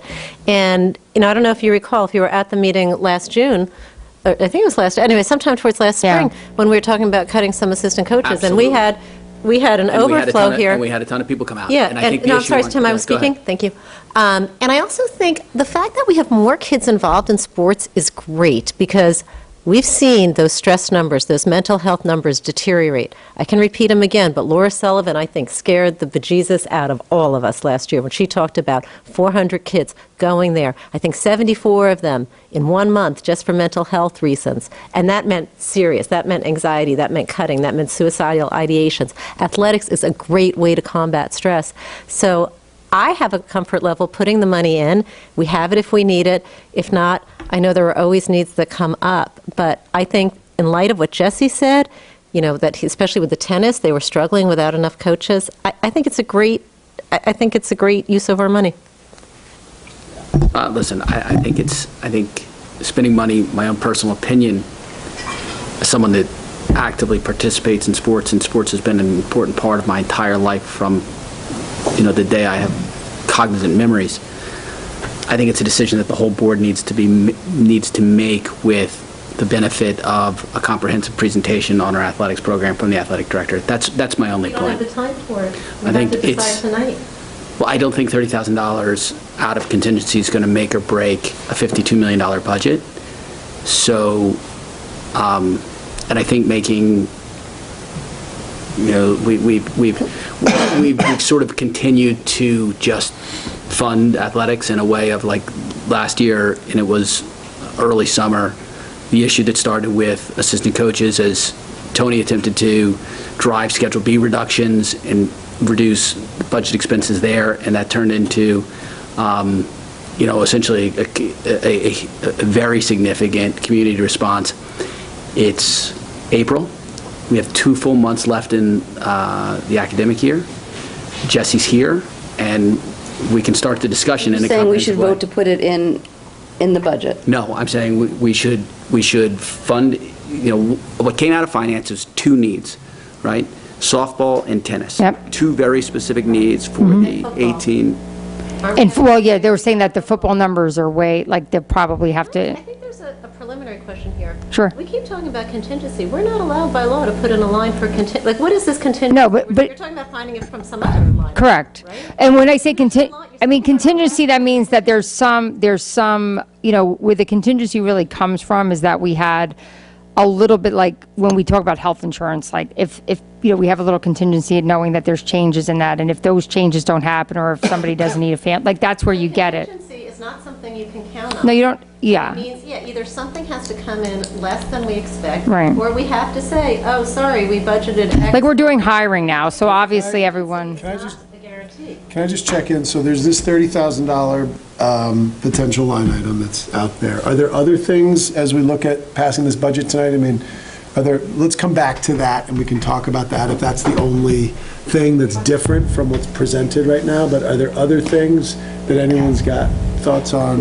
the only one thing I would say in terms of just as we talk about schedule being not specifically about sports, but what has been the practice, and I know Dr. Wilson was surprised because it doesn't usually happen like this in other districts, that the Schedule Bs for the following year are, although we had talked about moving that process up to align with our budget, it didn't happen. So I think the Schedule B, the potential of needing or adding some Schedule Bs for next year is still out there. I mean, the board is not required to approve any additional Schedule Bs. But be very clear that the only Schedule Bs that are funded in this budget are things that occurred this year.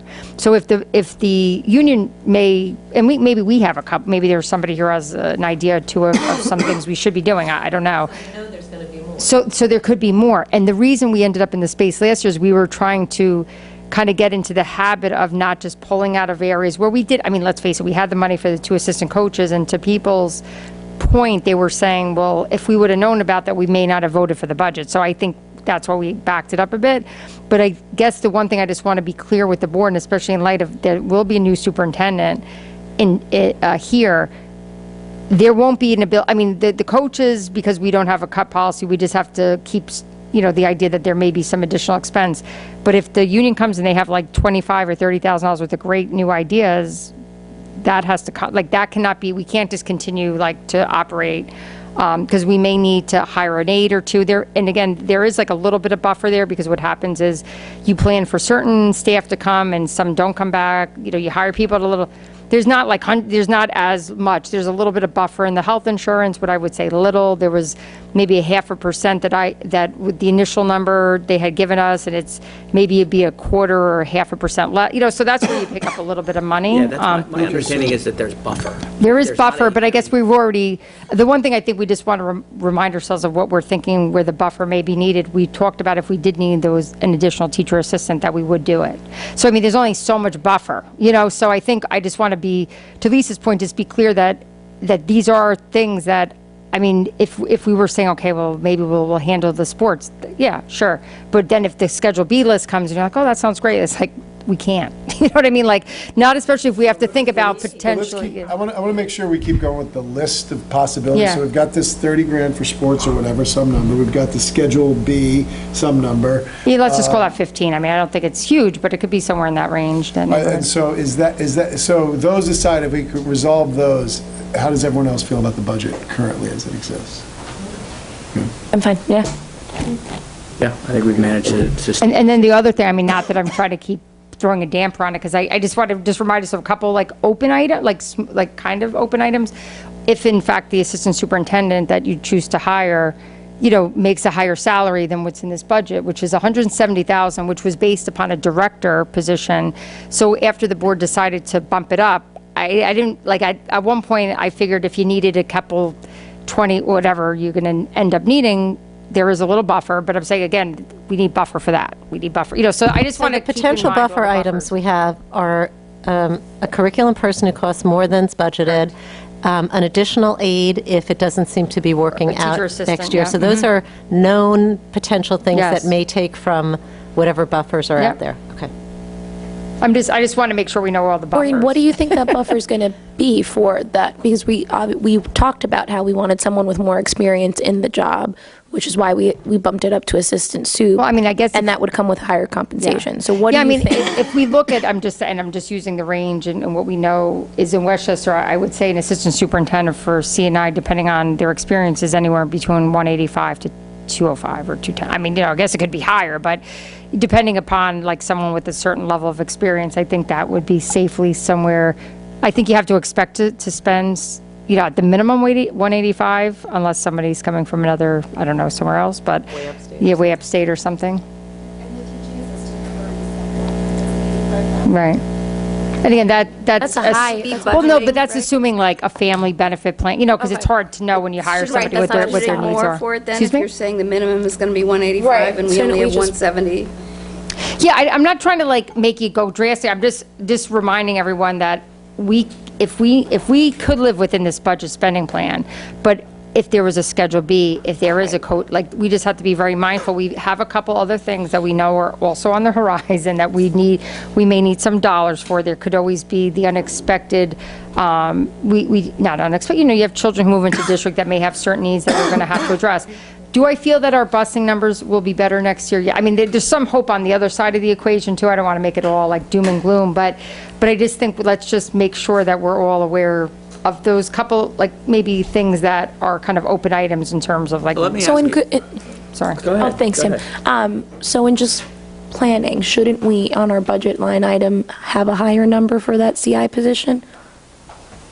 I mean, I think at this point, I mean, there's some reason that maybe it's okay to leave it, because when you have a potential candidate, maybe it'll be, not that you're trying to play, but instead of like pegging a number there that then will be the person starting off, or maybe it's kind of irrelevant, but I just want, I'm kind of keeping track of like the money you need for like some of those other things. But if the board felt more comfortable in identifying in the budget, that's fine too. Like, I mean, that could happen also. If you felt it's important to bump that number up, I mean, then I'll we can defer make to that your adjustment. expertise on that, but I was just. No, I mean, I think either way, whatever people are more comfortable with. I mean, I kind of knew that, I mean, I know that number's there, but you're not beholden to like hire somebody at that number either. That's all, I think everyone knows that. It piece. seems to me, correct me if this logic is off for some reason, but we're talking about possibilities of 30, 15, 85, another 15 or 20. We're up at the 150 possibility. Of course, busing could come down, other things. So there's lots of things at play. I guess the operative question is here, to some degree, we should pick the things we most clearly think we would possibly do. Yes. If we were going to fund one or two of these things, realizing that there's play in a variety of different numbers. I mean, there's just a lot of moving parts to a budget. But maybe we should put an extra 30 grand and maybe 15 goes to Schedule B and 15 goes to the curriculum line item, or 30 goes total to just the sports, or something that gives us some, leeway. And maybe a good way to look at this is maybe we just kind of feel a number that's appropriate, and then we can figure out where it most likely goes. I think you had a little buffer, but as these little things, I mean, just as we're thinking about it, I just wanted to remind people. You can't have 8 things that need a buffer. Yeah. So here's my question to you. Taking what both Lisa and Doug have said, let's hold that to the side for a second. You've done this for over a decade.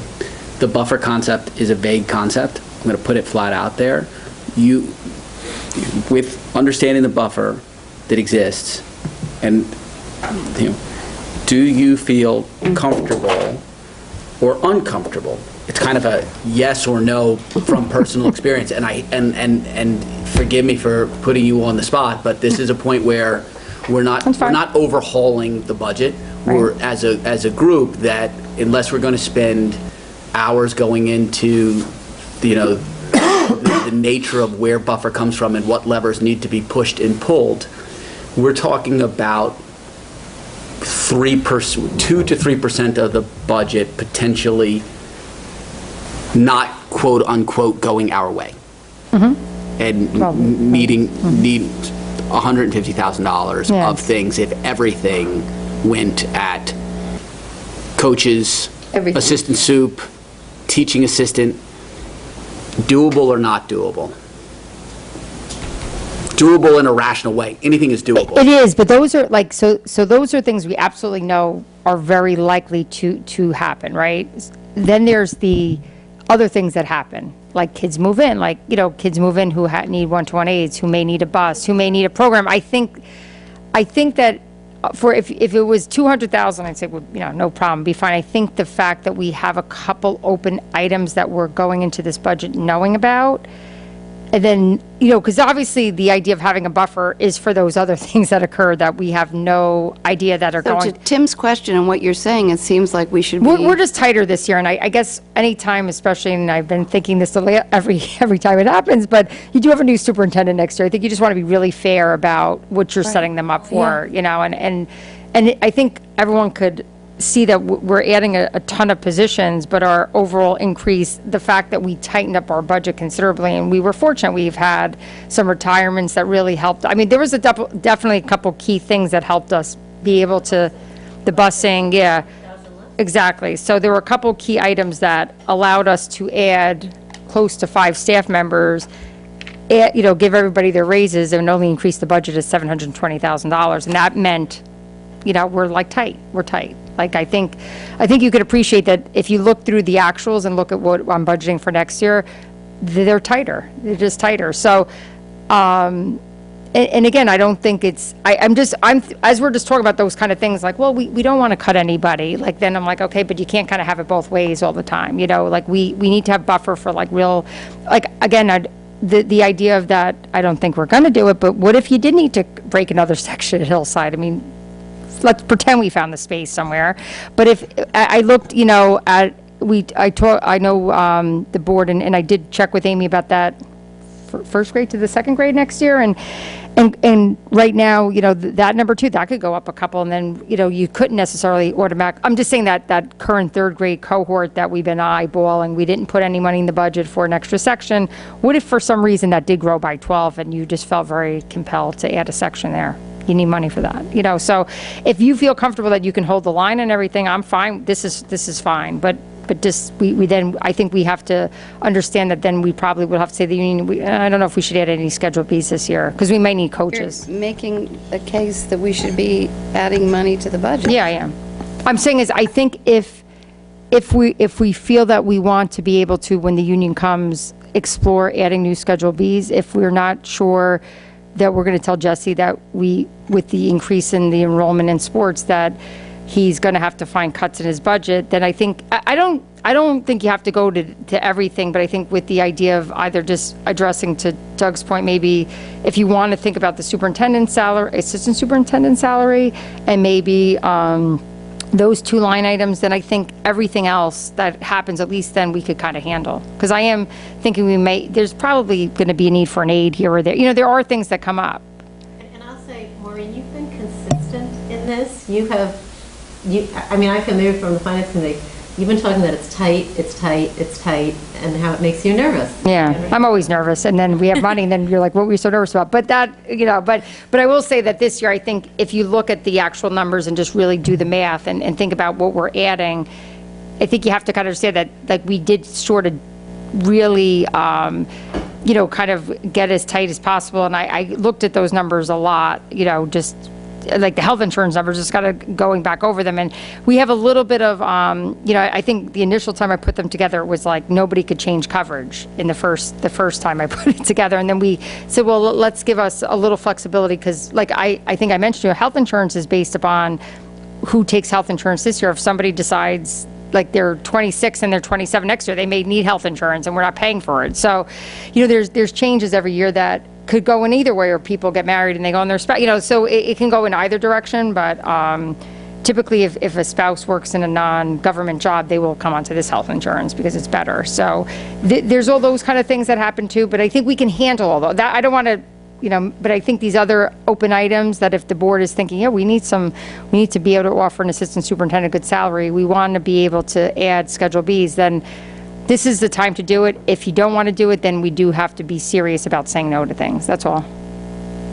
That's what I'm saying, that's what I what push it back on you, whatever you guys want to do. You can't say, like, keep going into the like, buffer, because that won't last. Can I throw a proposal out here that we pick a couple of these spots, we add 30,000, and we pass the budget? Sure. Or even like 50, like. I would say, Maureen, we're 250 out of the town? Why don't we do 30,000 for the coaches and another 15 to the curriculum one? Okay. And what about the aid? Well, I would say the 30 can cover all the Schedule B. Like, I feel confident that 30, honestly, I mean, Jesse, that was like the worst case scenario. I mean, I think realistically, we may be able to, like, there may be some ability to kind of, manage that number a bit too. But I also just want to reiterate to Tim's point that, we're kind of doing this in advance of having that conversation from. I know. So this isn't, just so it's on record, and if anyone's listening to this in the future, this wasn't free money that we're putting out there to it's now, you can just grab it. This is something that we have to, as a board, have a dialogue about going forward, and we have to really think critically, because anytime we take on an expense one year, that expense, especially with a person, is now on your books year after year after year. So this money's there if we need it, whatever we decide here, but it's not necessarily spent, I think is really what I'm saying. And, I had hoped that, and again, when I looked at the revenue numbers to try to see, could we stay on 250 under the cap and increase some of the revenues? I don't think the decision has been made to increase the county sales tax, right? That was vetoed. Because that would have actually helped us, but I mean, yeah. It actually would have helped us, like, we would have ended up getting like another $100,000 worth of revenue from sales tax, but I know that that is supposedly going to come back. But anyway, but right now, I think maybe it makes sense to add like, whatever, 40, 45, do the director line item, which we know we're going to spend more than 170 on. All right, so I'll propose, let's move that to 185, and what line item do you feel? I think I would split it between the co-curricular and the sports, because I think realistically. 15 in both? 15 in both, yeah. Okay. I'm adding 45. How does the board feel about that? Do we still come in where we need to be? Well, you're 200. 205? 205 below. 205 under the cap. I just want to reiterate that we did make a commitment to adding the teaching assistant if necessary, so. Right. That needs to Not be- that needs to be the line where we put that buffer, but that is a consideration in August, should the scheduler see that. But that's kind of where the buffer, Yeah, that's we in my still have mind. I buffer, have that yeah. buffer like committed over there, so I'm just like Right. concerned to use it for like everything. That's my. Okay. Right. Okay.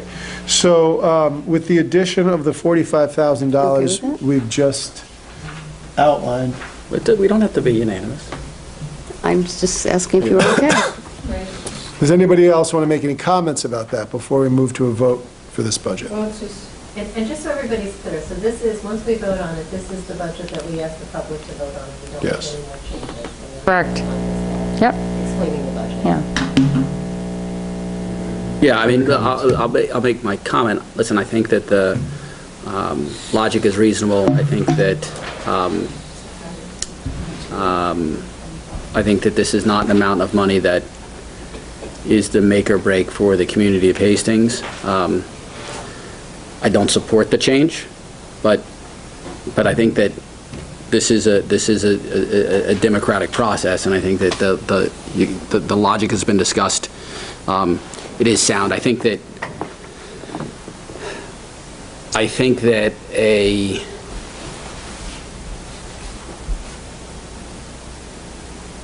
$51.238 million budget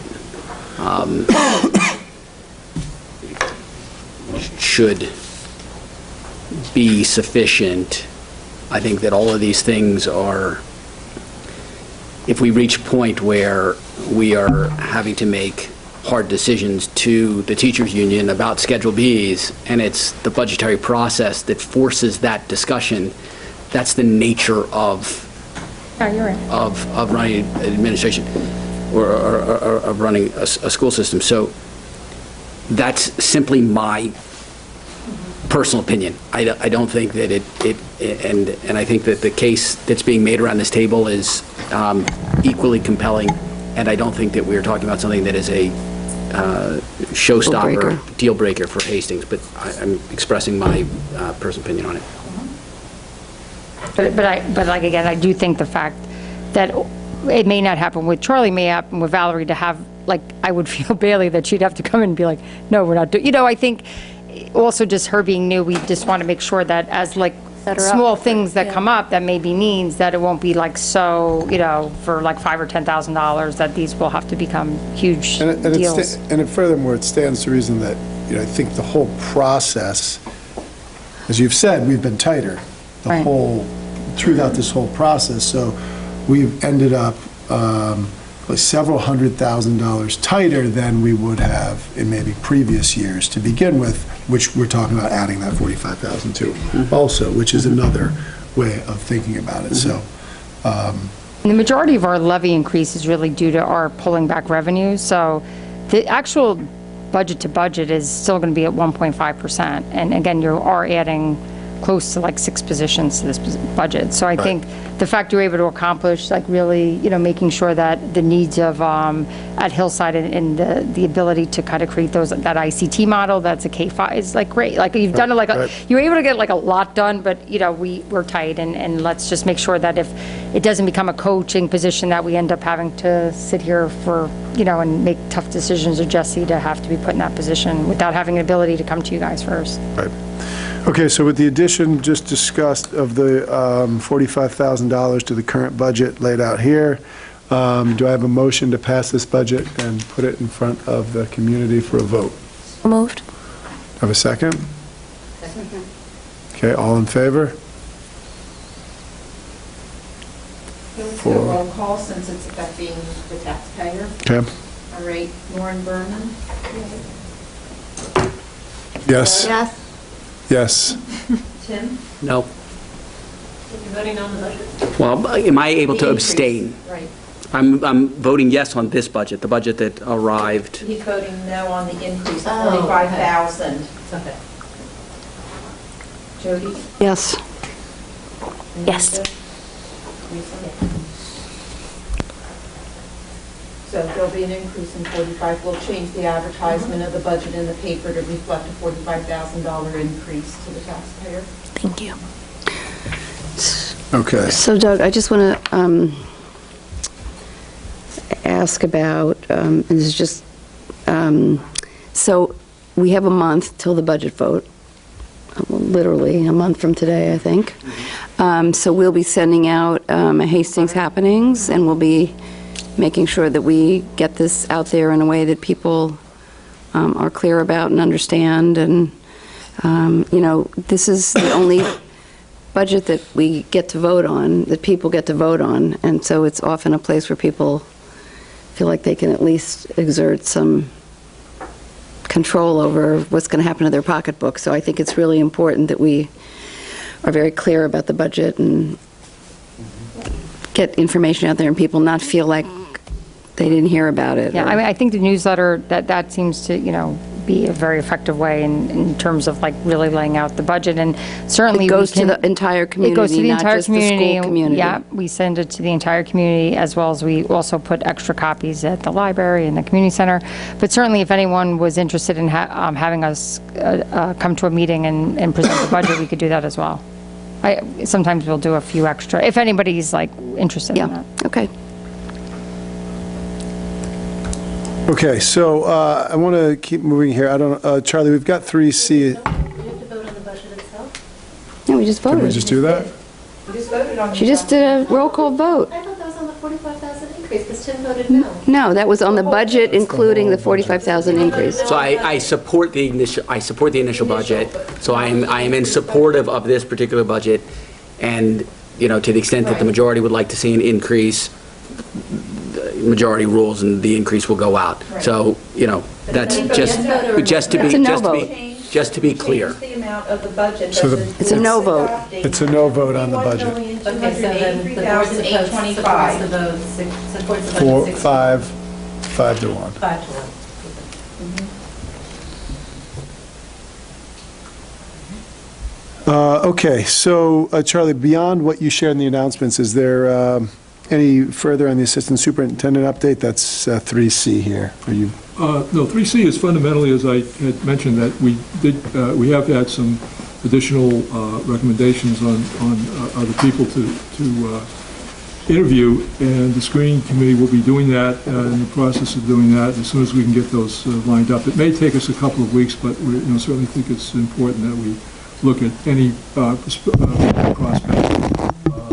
So we'll follow up on that, and as we've been doing, we keep the board posted every step of the way, and we'll probably send you something on Friday if there's anything to report, and let you know.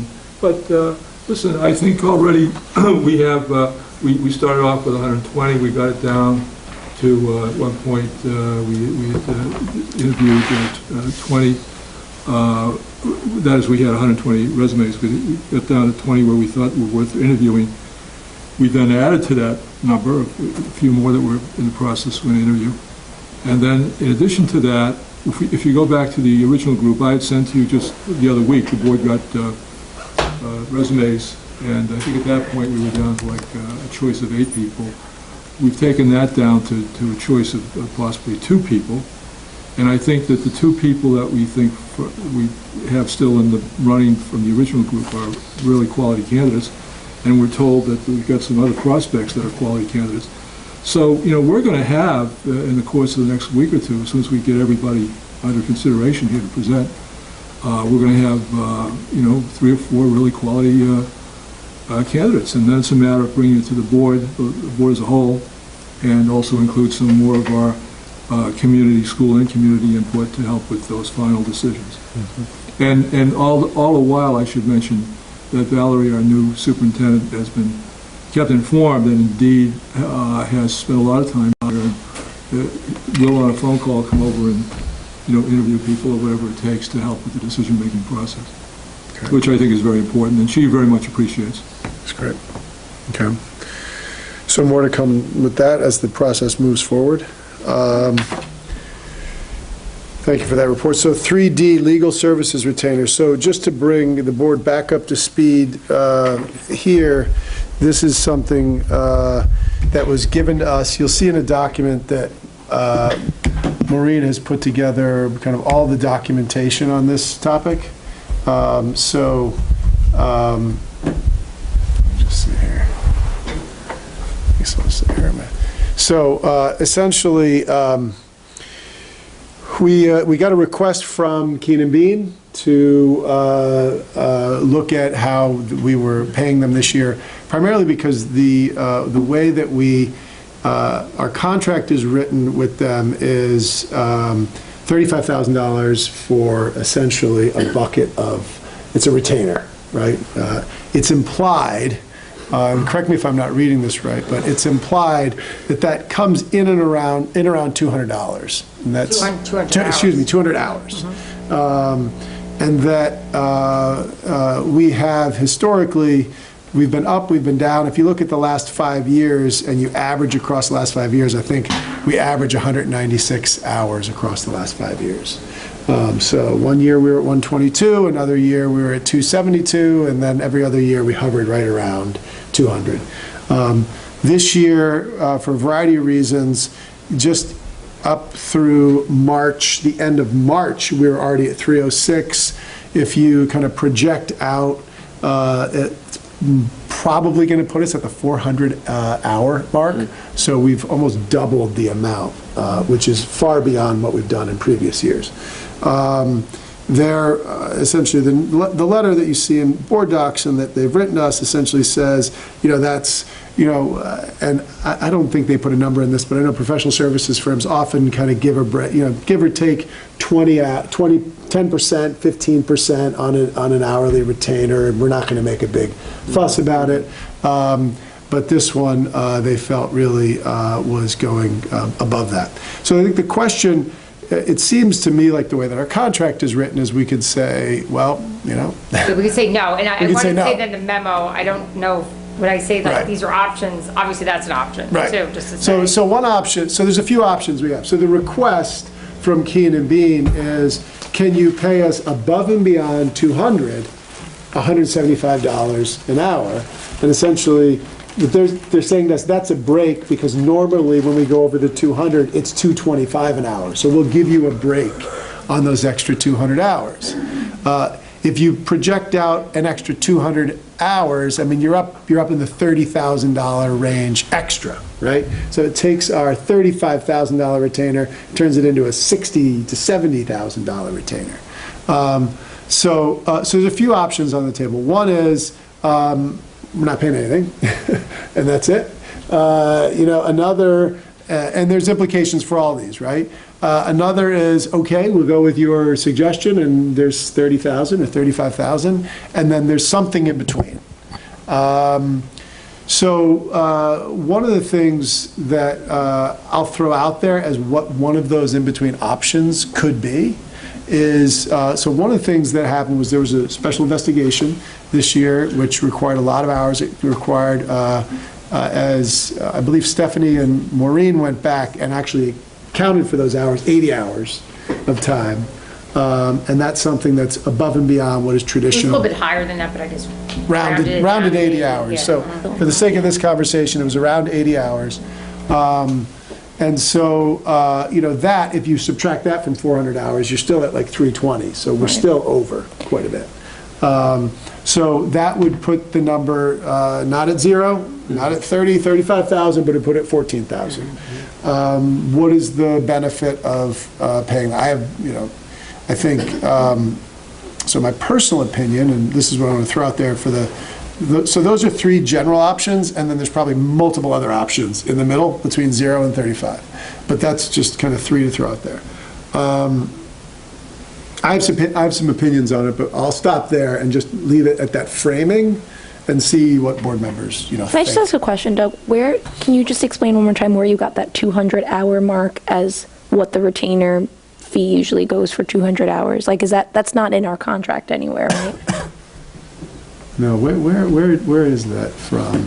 It's just the math, right? I think it's the 200 general by math, what 175. they've, was it just But in based upon what? conversations that? Exactly. Yeah, I think it was just, no, I mean, think it's in her it says letter, I'm but- proposing that any hours, they reference anything above 200 hours. So they, although they don't say that the contract is for that, to your point, it doesn't say, like, once you go over that, I think, but the way they create the amount they charge, they're using, like. That's their estimation, you're saying? Based That's upon, what and they if you look use. at like the history, it kind of pans out for us, like that, like if, Okay. like Doug said, if you looked over 5 years, so I'm sure when they come up with these numbers, it's based upon like their history. Okay, and then my second question is, when is our contract up with them that we would be either like looking to rebid? Yeah, I we know have that it- was We mentioned have it in the somewhere. memo that we actually have an RFP that is on going out. Friday. Yeah, That's going Friday, out. yeah. So is there, So this is for this year, for money for them. Past year. From the This past year. So, So we This just have current to year. decide about this It's past for the year. 18-19. because their retainer It fee. could be that next year, that if we're using them, it could be that we don't use them for that. I mean, we could be I within don't think they're going to reasonable. give us an this type of, they're not going to give us this type of proposal. Well, they also haven't raised I'm just their saying that it's fees also in 1, possible 2, 3, that 4, 5. We don't use them Yeah. as many Yeah. hours as we did this year. Going forward, we may not use a law firm. So the proposal from, I can't remember if I read this somewhere, or this was just in a conversation with Stephanie. The way, what she has said, and I think it was in her memo, was they work with 14 school districts, and 13 of them, they have, Right. the negotiated 200 hours is for a discount, so it's $175. That's right, she told us that, too. Right? I think our contract's actually pretty good. I mean, in terms of the actual contract's probably favorable. Right. To us, yeah. I mean, I can tell you, I've been thinking about this since the last meeting, and that, and I spoke to some attorneys about it, and I come out, while I like them very much, I think the bargain isn't working the way they wanted, but that's life. I'm not trying to be mean, but look back at the prior years. They didn't offer us a refund, in 2015, when we only used 122 hours. They didn't offer us a refund when we only used 178, but this year the bargains work. You have good years and you have bad years, so it's working against them, but it worked for them really, really well a few years before, so that's one thing. Another thing that I feel very strongly about is they drafted the agreement. when a judge interprets a contract, sometimes a judge will say, who had superior bargaining power here? Well, they did. They're our lawyers, and they drafted the agreement. And I'm sorry, but then if 200 hours is what you're thinking, you're not being a good attorney if you don't put that in the contract. So if you don't put it in, you have to live with that. And the other thing I have to tell you that I'm troubled by, I heard about this, 80 hours was for an investigation. 80 hours is 2 full weeks of one person's time. That's an awful lot. To me, that's a management issue over at our attorney's firm. You see, we have an investigation going on now, and I have requested every week, I want to see the hours that are being billed because we need to keep an eye on it. So perhaps there wasn't sufficient oversight of the associate to say, hey, you can do this, but not for 80 hours, you could do it for 40. So, and then I even did the 5-year average of this, and I think, Doug said it comes out to what 180, I think I got 180 something. 196. So they're doing fine over 5 years. I'm not I like them, but I don't think this is really a fair request. They drafted the agreement. They have to live with it, and it has served them well to our disadvantage in prior years with no refund offered to us. So I would say, I'm sorry, it's a bad deal, but we'll renegotiate. And we'll talk, when we redo this, should they be the firm that we go with? And again, we are talking about, it's not just that this is, say, my personal lawyer who I want to maintain a good relationship with.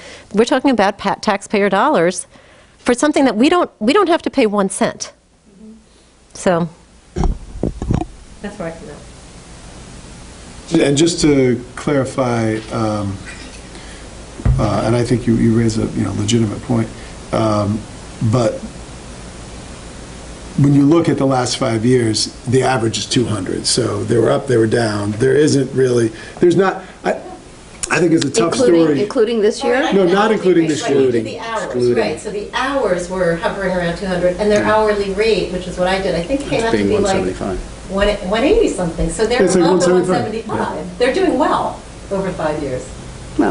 Well, it's, but They're the retainer. Basically, they sort of finely right. tuned it to get, Right. 1 year they missed by a lot, and then last year we were over by 73. So We're way under 1 year, we're way up. Why didn't they come to us last year? They did. They did. What happened with that? Because I don't know I can't remember. Well, what they that did, and contract I mean, and again, I just want to respond that, obviously the memo was drafted to me, but they had a conversation with all of you in executive session, and my memo was reflecting, because it seemed there was like, for some, at the time, there was a sense that the board had a willingness to kind of try to come up with some solution. I know that last year, because I remember hearing it, that they mentioned to want to, when we were renewing it on the reorg, to kind of redraft some of the terms or do it. And from what I was told, and I think there was like assurances, was this an anomaly last year? Whatever the case may, I don't know. I didn't tell them that, but I think they thought that it was going to drop back down. I don't know if there were, I know, I mean, again, I don't know if it was just based on the 20-year relationship they've had with the district that they kind of took that at face value. But again, you can never anticipate what's going to happen. So I think that's hard to do anyway. Lawyers, they know that better than anybody. Right. And they also know, look, there was a big changeover in the board. You had a board that knew how everything worked. They'd done it for 10 years, and then you had a changeover. So there were going to be more legal questions asked. So again, they're lawyers. You're taught to look at things from 360 degrees. They should have come to us and said, we need to, whatever, a year ago, we need to put a cap in, or we need to raise your fee, or whatever. What's everyone else thinking on the topic? Gosh. I think Lisa makes a very good point. I also think my one concern is if billable hours on a 400-hour year, or so their billable rate winds up being $90 an hour, what impact does that have when we ask for our, I know that we can't put ourselves in their shoes, but what's the impact going to be when we ask for request for proposal on Friday? If we say zero amount, does that effectively end our relationship with the firm? No, I think they'll definitely bid on us. I don't know how that'll impact what they'll put in their bid. You know, I would assume, which they probably, I agree, like the fact they probably should have bumped it. Like, I remember saying that at one point, like, you should have just bumped us, like last year, because it just, in some ways, like, I wouldn't have taken that myself, but, because again, I think. How many years are the contract for? Annually, yeah, so they could have renewed it, yeah. To renegotiate the retainer Right. fee every year. Correct. And my guess is the conversation that went on at the law firm was like, oh, we're stuck with this contract. Well, let's send a letter. Let's see if we get anything.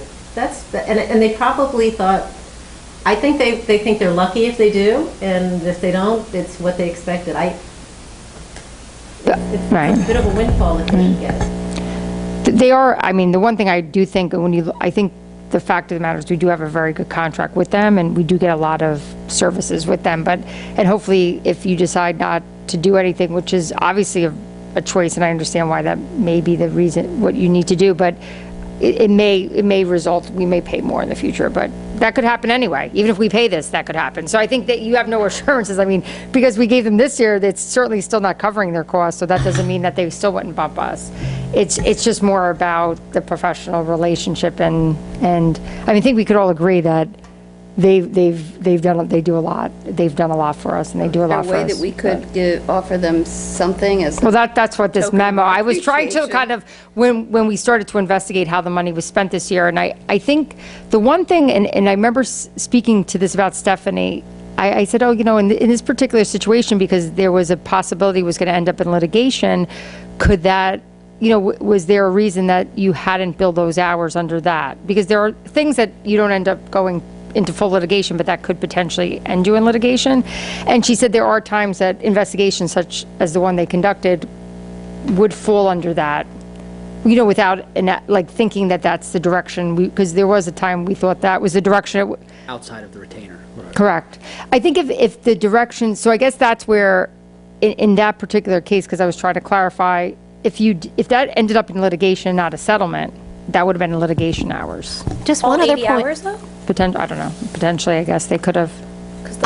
We also give them other business. Like they do, Correct. they get quite a bit of business from us. They do all our special education Yep. litigations. I mean, so we're And that's a separate nice. from the That's retainer. completely separate. Yeah, if it's from that. if it's something that Those falls under stay litigation. separate, litigation is separate, what else? Oh, and is even tax we have a certs is- budget transfer for $30,000 for investigations. No, 'cause but that that's came for the other law firm. Oh, okay. But, so we didn't even put that in theirs, which could have been in theirs, the residency investigations, or they don't do that for us? Oh, they do I'm sorry, but I'm saying that one line is where that's well, yes, that was for the residency investigations, but we did another budget transfer for the other investigation. But I'm just saying, and we did that, we're doing that outside of the retainer. Correct. So that's all. Well, that was because, if it's just an inquiry on how to handle residency issue, that one was because the family petitioned to the state and became litigation, so it had I guess the point I'm making is they get other nice business from us. No, as they well. do, yeah, it's not only, right, there's other things that fall outside the retainer that they get paid Yeah, for. and the litigations are very costly. What is the total amount of money you think we've This year, actually, I mean, take that let's look at other. this. Yeah, because the other one's like Now, 30 or they're 40. not getting that money. Yeah, that's not for them. Maureen, right. do you want me to close this window? Are you Oh, no, I actually was hot, I don't want to show my shoulders at the meeting now, but, no, I know, I have the little, no, I'm good, actually, thank you. Maybe you should. Where, I just wanted, I was looking at the estimated end of year, which I think, yeah, I think, that, like, I want to say this year for litigation, like, I'll give you, last year for litigation was like 25,000. And then this year would probably for the Keenan Bean piece might be like 30, 35. They're in the $60,000 range on a yearly basis. I think it potentially might be foolish not to come back from this letter offering them something if we're thinking of continuing a relationship with them. I think if we're going out for a proposal from other attorneys this week, and I would gather that having the institutional history with them for that length of time would be in the district's benefit, and the amount of money that we've invested with their billable hours not to be, to protect us from going to suit with some cases, I think that something needs to be offered to them. I wouldn't feel comfortable coming back and just saying, well, we have a retainer and that's it. Yeah, and if theoretically, I know no one's suggesting this, but if you did jump to another firm, it would really be very difficult for a new superintendent. I think that there is such a depository of knowledge and the whole culture and so forth that a unique view that attorney has. It's like having your own doctor. This is that kind of relationship. And a new person coming in with doesn't have that relationship with the knowledge, that would be tough. See, I feel it would be foolish to pay them. I think it's disingenuous of them in the years when we did not use those hours to just sit back and take the money. But now when it turned out to be a bad deal for them, when it was a bad deal for us, we didn't go back to them and say, we want a refund. I think it's disingenuous. Yeah. I really do. And I think they probably just said, oh, put it out there, see if you get anything, not expecting anything. And like I said, they're lawyers. They understand contracts better than anyone in this room. A retainer is a contract. I just don't think that narrative is an accurate narrative, though. That the idea that they didn't come back to us in years. I mean, when you look at the last 5 years, because that's the only data we have. But we didn't go to the, I mean, we knew, we made a deal, we stuck with our deal. They didn't come to us with this when they were at 280 either. But all I'm saying is they should have been monitoring their employees better than they did if the hours were getting too high. And we understand what a contract is, you know, and that's why we didn't go to them and ask for a reduction, and they understand what a contract is. Lisa, I just think it's wrong you make of them. very good points. I really think your points, to me, are very well taken. I guess I just feel like in the context of having worked with them and potentially working with them going forward, that it's like a good faith gesture that we honor the fact that we did use them extra. Maybe we're the bigger people for doing it this way, but I think I would still opt to give them something. Maybe not everything, but... Does this, if we do decide to compensate them in any way, does that set up any sort of precedent that should we go above the 200-hour mark again, that we're going to be? So the proposal that I'm 99.9% sure they're going to come back to is not an all-you-eat proposal. Is not what? It's not going to be an all-you-can-eat proposal anymore. It's going to be, the proposal they're going to come back to is, you get 200 hours at $1.85, and anything above that's $2.25. Right. Done. I think that's right. I'm actually more comfortable with that. Yeah. I mean, that way everything's fair. Right. We all get what we pay for and what we use. I don't have a problem with that. I'm wondering if, I'm not comfortable, and obviously I'll defer to the board, giving them any kind of lump sum. Maybe, and the only thing that tricks us up, though, is we don't know if we're using them for sure, because we have to bid. We must bid. We don't have to go with the lowest bidder, but we must bid. Maybe this is what we'll do going forward with you. Maybe it's some kind of give back in that. Again, I don't do give back. No, I think that's very, I see where you're going, but that is very hard, because it screws up the future negotiate. It's a hard thing. I know, if we knew already we were going to lock them in, that's I will what- tell you, that- though, that is hard. I have had a lot of conversations with variety of board presidents around the county on different topics. And, invariably, because everything with the school board is tied up with law comes up and lawyers come up. And I was speaking with one who said, we do X. And I said, I don't know that that's actually legal. You should check with, well, our attorney said we could do it. I'm like, He said, you know what? If you find out it's not legal, don't tell me, because I don't want to know. And I was like, who are your attorneys? No, and I know who the attorney is. I'm obviously not going to say anything here, but I've had a variety of conversations like that around the county, and I've had a variety of conversations with attorneys who are on school boards, who hire attorneys, who are underwhelmed by often the quality of education attorneys. And I'm not going to name any specific names or firms, or every firm's, I think, got great attorneys, but I have come away from those interactions appreciating I agree. The level of professionalism, advice, competence that we get. And I, on one occasion, was forwarded an email by an attorney from someone on another board with regards to a very specific legal thing, and I read it, and I'm like, that attorney didn't even read, I'm not a lawyer, and I could tell the attorney didn't read that properly. I'm like, I'm looking at the statute, it's not actually what it said.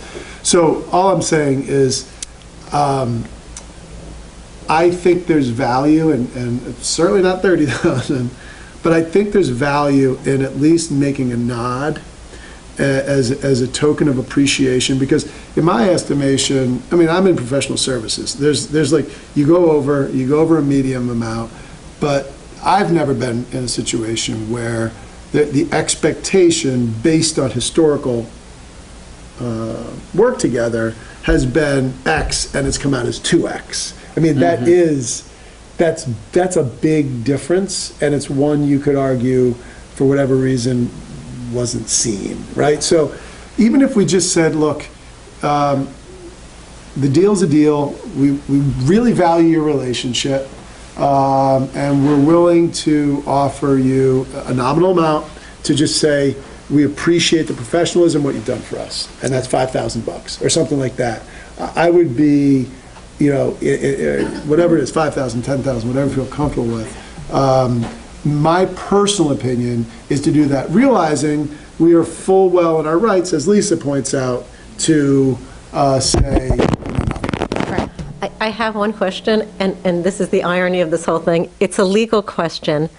Are we as a school board allowed to pay more than the contract requires of us? Is that something the comptroller would nail you on? So legally, can we pay more than the contract requires? We may want to call the comptroller or call NISBA. NISBA also does give legal advice for free. So I do think there is that question there, because we are talking about taxpayer I could always dollars. even maybe call the auditor. Maybe I mean, the auditor's a good person to I'm ask just thinking, that like, question. because they're going to look at it from, like, the auditing point of view. That might, I think it's a threshold question that we have to have answered. Yeah. Okay. Again, I mean, So why don't we ask the NISBA? But I do think in this situation, it's not like, I mean, I guess, and I'm going to ask the question, but I think in this way, it's like so far above that, you know, it would probably be a reasonable thing to like You can always change, yeah. renegotiate a Yeah. contract, too. I mean, that's legal. So Yeah. I think this would be just renegotiating the Well- terms of our agreement. It's yes and no, because to renegotiate a contract, we would each have to get something. So we're really just saying, for services already provided, we're going to pay you more, so that's not really a negotiation. I would feel comfortable asking the auditors. Okay. Okay, why don't we just we can make a table decision it, based on- table it, ask the auditors, we'll come back. There's no use in making a conditional vote, you know, for. Yeah. Okay. So, And I don't think we weren't even sure if we were setting up as a vote, but just to kind of update the board from the last Okay. time you discussed it. okay. for it. Business items. 4A, does anyone have any questions about those? Nope. Oh, I just wanted to make a quick comment. We saw that Eric Velasquez, the author and illustrator, is getting paid, and I just wanted to give him a shout out because he was one of the first authors to come on board with the Race Matters multicultural book fair, and he stays well beyond his hours, draws pictures of the kids, and does a lot of just above and beyond his book talk. So he's a great author and illustrator. His books are fantastic, and he brings a lot of great experiences for our community at that book fair. And you have to take the BOCES vote, right? These will be separate. That's a separate, okay. So, so do I have a motion to approve business items 4A, 1 through 4? So moved. And a second? Second. All in favor? The BOCES budget vote, we were voting to support their 2019-2020 estimated administrative budget for $11,731,787. Okay, does that have to be like a roll? And you understand how that translates to our budget, correct? Okay, so in the administrative component, as being, we're required to be a participant of the BOCES, we don't have a choice not to participate in it, but that reflects their cost of their administrative part of their budget and their capital part of their budget. which we fund in this year's budget. I think the cost of just that alone with no services is about $200,000 we have to pay to them to support that. And that's for their physical facilities and their administrative, their superintendent and all the administration in the Southern Westchester BOCES. The only issue that, and unfortunately it's the way they're kind of set up, they're still being, in their administrative portion of their budget is where their retirement health benefit costs are part of that, part of their budget. It's not in the program, and that's not based upon how they want it. It's based upon the state. And because of some of their contracts, like people, we've given them the complaints that their increases in that area have been much higher than our budgets. But I think they have done some work to kind of get that under better control. So, I mean, I'm not recommending you vote no to it, but just so you know that's, we actually do pay as a component district a part of that. So we're kind of approving their overall spend, and then they give us what our portion of that spend is. We had this conversation last year. What control do we have over it, right? Like, they haven't, in the years I've done this, it's repeated that they don't control their spend the way districts do. Yeah, I think they've done a better job in it, but it took them a longer time to get there, because they didn't feel the immediate effects of the recession. Well, but how do we exert any influence over it? Everybody has been so busy. It's hard to ask people to keep going out to meetings, but in fact, you should know that BOCES does have an annual budget presentation that they make, and it just occurred actually. Would have been just before the break, I think they had it. And they then will go and walk anybody who's there. And there are other districts I've always known over the years. I've been to some. You see other representatives from other districts.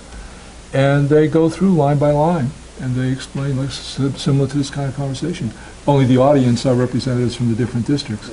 And I've seen people apply pressure and say, well, how come you're spending this much and that much? And they go through the same process as a board that you do.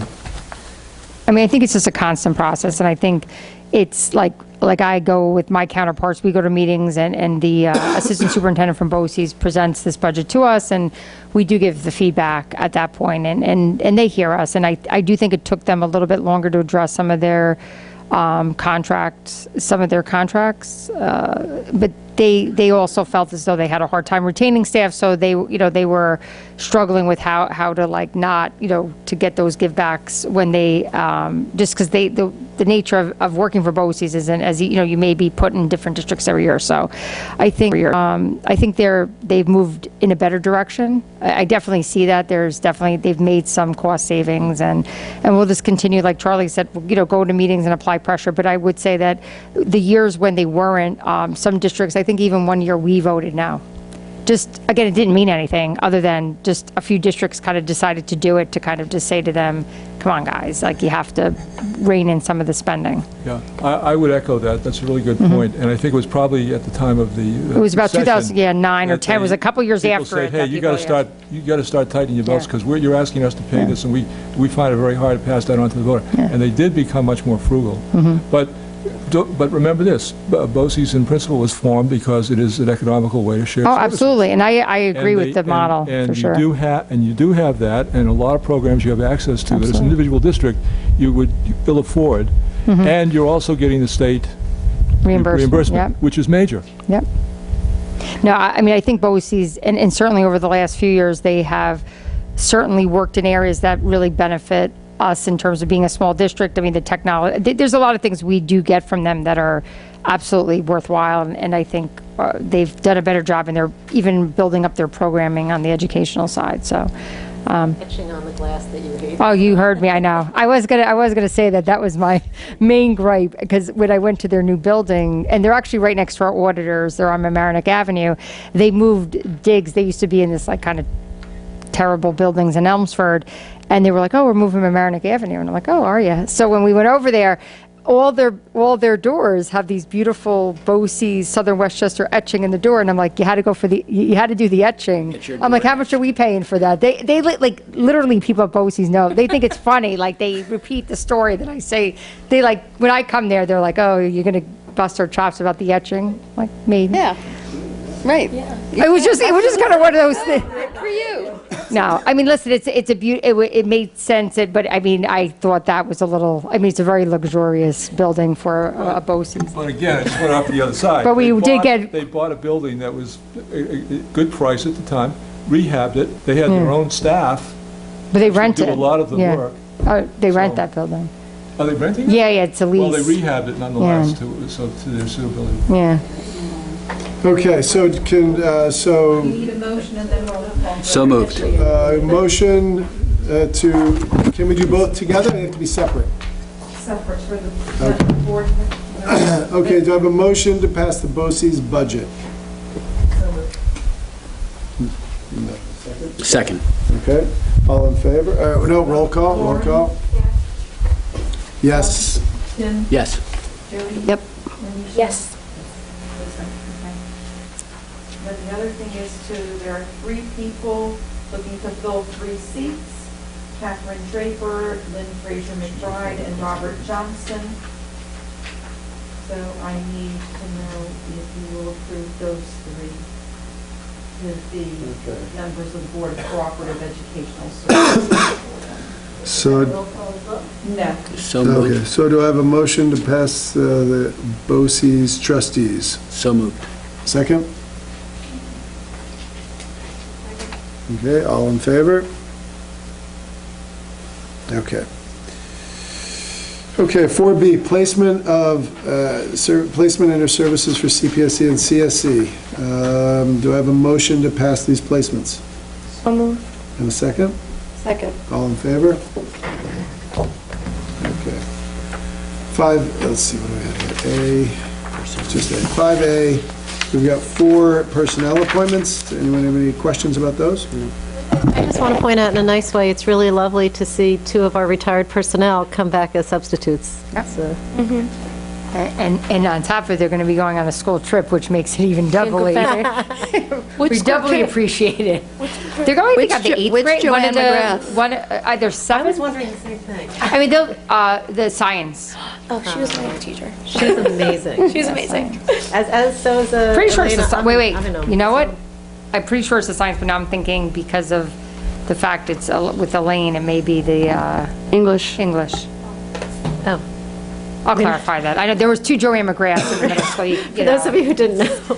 She was a good teacher. Both She's in a the great middle teacher, school. too. Oh, yeah, they Yeah, both both were were wonderful. They're both yeah. great. They were there at the same time. I Jeez. think one had an E and one didn't. Yes, yeah. Okay. Anyway, it's lovely to see their names. No, it's So great. a motion to approve the 4 appointments underneath 5A. So moved. And a second? Second. All in favor? Okay, approval of minutes from, I believe it's the meeting on the 8th, right? Yep. The April 8th. We have a motion to approve the minutes from April 8th? And a second? Second. All in favor? Abstaining. I do want to say, I know there was a lot said about the importance of the video at the last meeting when we discussed it. We still don't have videos on every meeting. Can we maybe set an end date to just make sure that every meeting has a video posted? There are videos posted of every meeting. Sometimes they may get dropped from our network, but I'll check, because I do post them for every meeting. And they can just drop? Yeah, because of when we have, like, if the system goes down sometimes, Okay. like, I can't access the videos on our network. And I Oh. have to do it from, because they're YouTube, they're hosted on YouTube. So I actually have to access those off premises. Okay. You can't play them in district. Okay, well, anyway, like I said, So I'm I'll not, check. it So doesn't if you have to see be one like that's this week, but missing- if we... If you see one that's missing, just let me know. You got and I'll it. go and redo the link. Okay, Yeah, thank you. often- That's not just here, even out in the general world, links are often dropped on websites. It's just something that happens. Okay, all right, thank you. Okay. Finance report? Sure, let me, with finance, we met, whenever we met, Maureen, you can give us the date. I do have the date here. It was April 10th. April 10th. So we covered 2 major topics. The first topic already started to be discussed. We've got an increase in athletes across sports, particularly for the spring sport. We've got tennis and softball that are necessitating an additional assistant coach, and there's consideration of needing additional assistant coaches down the line. So the general discussion is a question of financial need associated with that. I believe where we left it was a need for those two, but those two are 2018-19 budget items not to be voted on. They were a financial need that the monies were found because you had a coach to student ratio that Jesse is attempting to maintain. I think we said 23 was the number. He actually had put a chart together, and maybe I'll make sure to get that to the board, just kind of with his rationale. And he identified each sport and where like the either assistant coach would be needed, and if it exceeded a certain number, where a second team would be required. Right, and exactly to that point, Jesse did put together a nice chart, which Maureen shared with those in attendance, which let me pause for a moment and say those in attendance were Maureen, myself, Lisa, Jeremy by phone, Steve Goldfinger, Phyllis Udis, a teacher in the elementary school, and Rhiannon Platt, an interested parent. So that was the group. With respect to that chart, I think, really underlines the need for Jesse to come and present to the board in detail with a full presentation as to what he projects for athlete levels across modified, JV, and varsity sports, what our current coaching levels are, what our potential coaching needs are, whether there's a logic or lack thereof of limiting or having some cuts in certain sports, that the effectiveness of very big teams becomes questionable. He can give us some guidance around, and we talked about this as well, guidance around the ability of bolstering our intramurals, because I think we can all agree as a Board of Education on the importance of athletics. But there's the question that could be answered by a comprehensive presentation from Jesse as to whether a more robust intramural program could serve the needs of students. Similarly, there's an open question as to whether or not, if one isn't playing sport X, do they not then go to sport Y? Certain sports that have been found it more difficult to have kids, right? So field hockey is a perfect example where the total numbers have not kept up with other sports, and whether if one is, so that is why I think, to go full circle, there's guidance that's needed by the board, from the experts on it, to have some kind of view as to the long-term trajectory of our athletics program. So that's where we were on that. The second and more, that was not the primary focus of the Finance Committee meeting. The second and more detailed discussion was around the past practice of allowing staff members, teachers and staff, with school-age children to send their kids to the schools, whether they live, well, explicitly, if they don't live. It technically could come. Yeah, exactly. You can't stop my that. kids are here. Exactly. Explicitly, if they don't live within Hastings. It was a very, I think, detailed and thoughtful discussion. I'm remiss for not writing up minutes on it. I will write up some minutes for everyone because I think this is important. Where we came out, I do think, and Lisa, I'll cede the floor to you to comment as well. I do think through the evolution of the discussion, the tone of the discussion was a coalescing around the importance and value of, I hate to use the word perk personally, but the importance and value of this past practice maintaining. Now, we discussed, I think, at length the concept of the marginal cost of each additional child. I think we came to a place of understanding amongst us that save for cases where a child forces a break in section and you go from being 5 to 6 or 6 to 7, for example, in the elementary, the marginal cost is very, very low, i.e. if you had a classroom that was going to be 20 children and it was going to then be 21 people, and the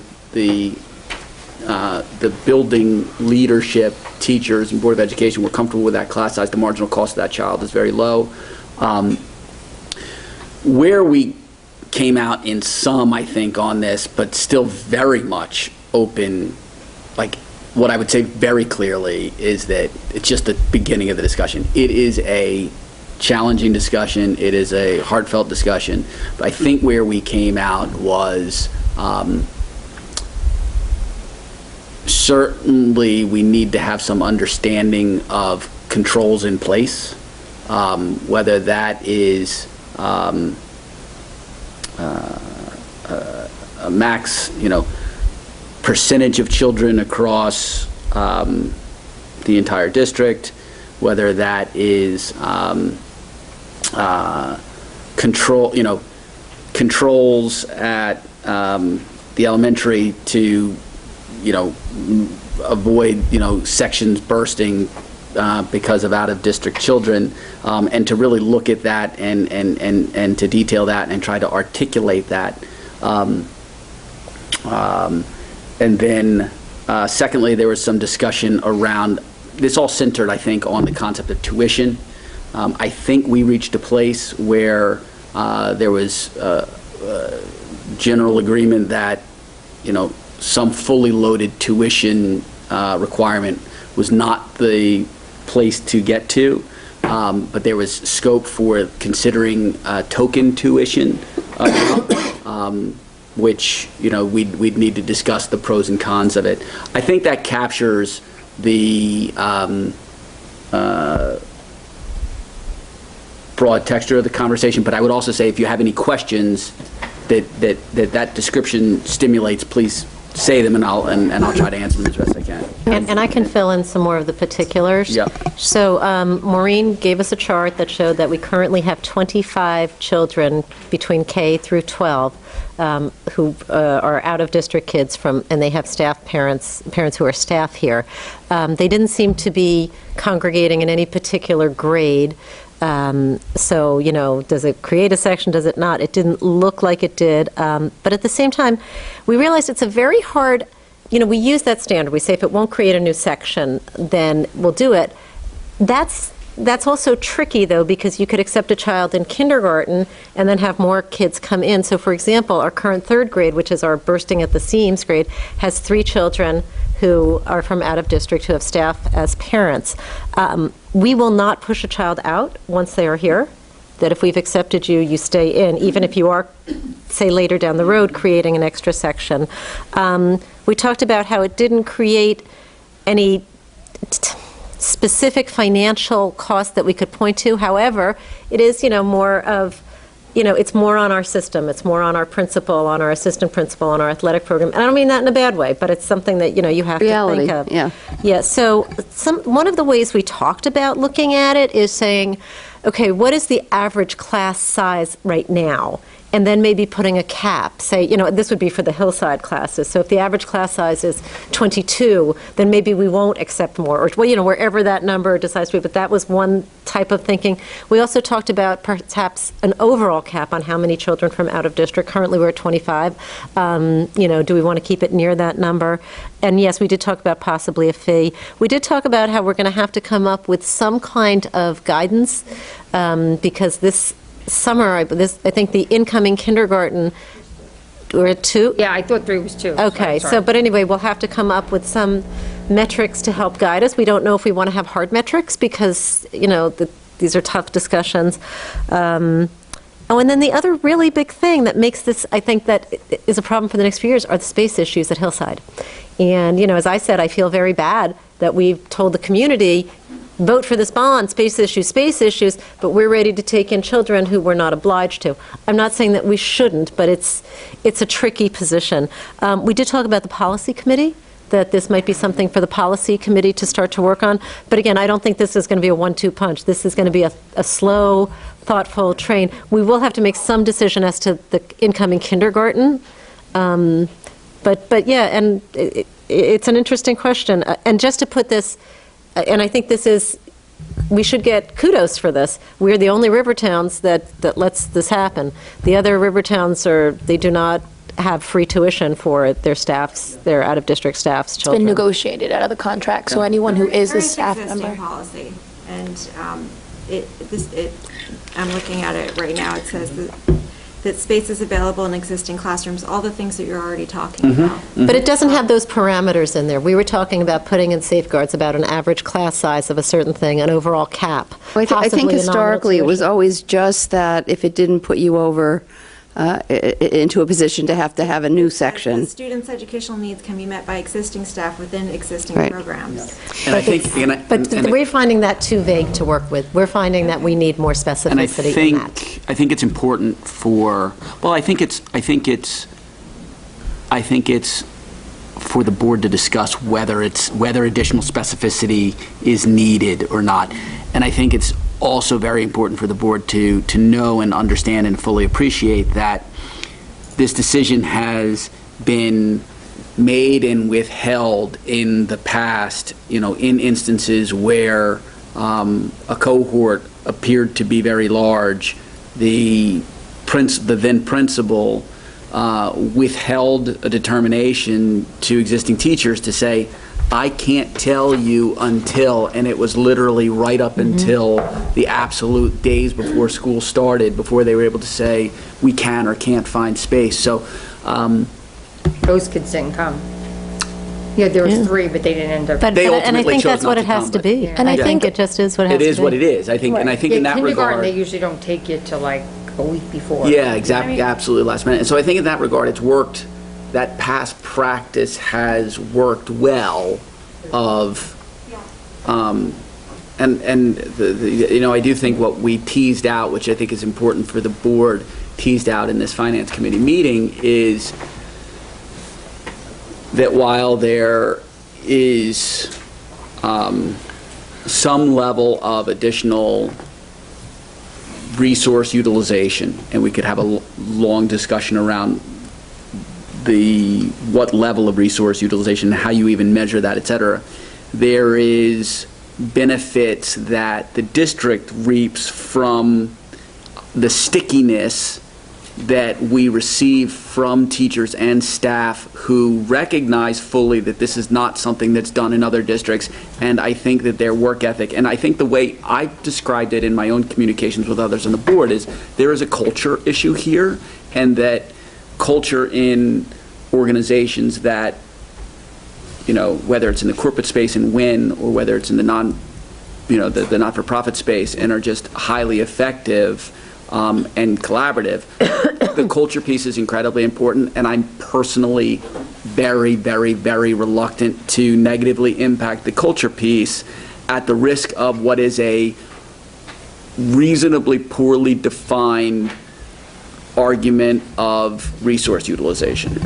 So I would just share also that I was at a school, I was a faculty member at an independent school that had this policy of tuition remission. And it was during the financial crisis, it was 2008, and this was the first thing that went on the chopping block, was faculty remission. And granted, it was an independent school, but it directly impacted my choice on whether to continue being an employee at that school. And sometimes I regret that, but I've been in that position of being an employee where that idea was removed, and it really it impacted me very deeply, and I decided not to stay. I appreciate that story, Lauren, but I will say that being in that we are going to be negotiating contracts in the future with teachers, I think it's something that we shouldn't just say is off the table automatically, because Off the table for discussion, you mean? Yeah, because I think as Lisa pointed out, we are the only river town that has this option. And there are ways to think about it strategically. Like in Ardsley, anyone who has had that is grandfathered in, but anyone with the new contract, that is not an option for their children. So, and I don't think that, you know, I work in the schools. I think we have great culture. I think there are other ways to build in school culture. And although I see what you're saying, Tim, I think school culture really comes from putting in systems that are stable. And I think that we have taken really great steps to do that. We've hired a superintendent. We're going to be hiring a curriculum and instruction person. And I think that that culture will start to shift and be better once we have stable systems and employees feel that stability. And I think that'll be a greater culture shift than whether or not their children can attend here. I guess I don't see it quite that way. But first of all, I just want to thank you and the Finance Committee for initiating this whole, it's a really delicate and difficult area, and I think it's going to require a lot of thought, and I appreciate very much what you're saying, Tim, about the culture shift. I think I have mixed feelings about the grandfathering people in and then it ends, but I also have a lot of strong feelings about it in terms of the whole concept, particularly for teachers who, and I've heard this many times over the years, that teachers can teach here, but they can't afford to live here. And there's something about the inequity of that that I bristle about, and I feel like that's at least one, as well as for other people who work in the school system who either can't or choose not to. But I guess I feel like for me, that's a big part of it. That might be under the culture piece, but there's something, I don't know, that part makes it difficult for me to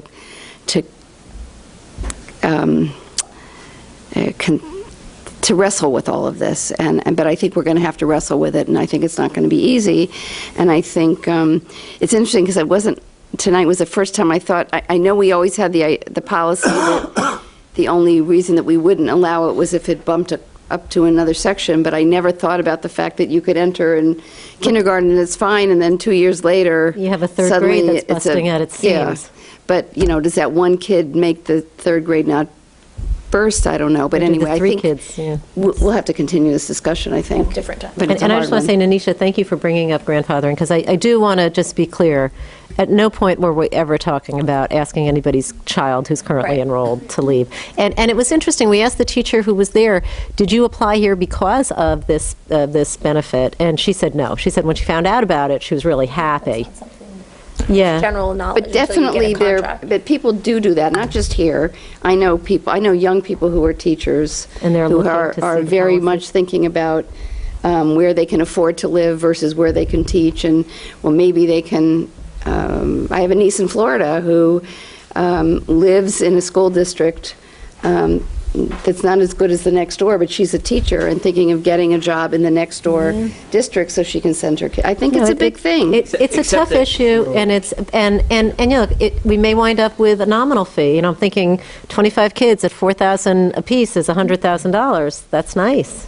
You know, and it's not $18,000 or whatever we currently charge. I'm not saying that's the way to go. I think it is a discussion to evolve, and you know, I would just say this to our staff: know that, you know, in our perfect world, this keeps happening, but we're just trying to, I think, create protections to make sure that we are taking care of our taxpayer and our class sizes and all that.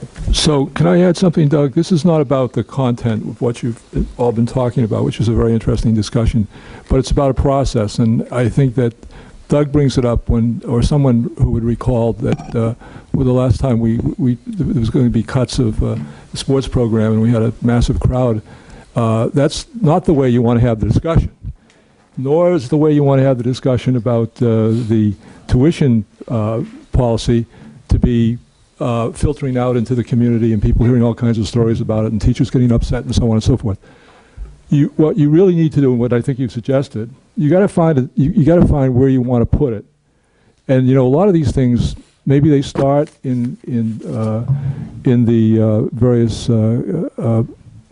meetings, committee meetings, but I think that you really, they grow up pretty early, and you need to get them out in the public. And I think you're right. I think you want to get, for example, with respect to the athletic example, you want to get Jesse here. And you want to have a real intelligent discussion about it, not in the context of what you're cutting out. Or you want to have a good discussion before the full board and talk about all the pros and cons before people that are understanding. You haven't made any decisions yet. And I think you got to start, actually what you got to do, and this is surprising to me, but what do you have? 4 meetings left of this year. Absolutely. Now, I got to tell you already, you have asked for it, but I'll remind you, you asked for it, and they're ready to do it, but special ed owes you another report.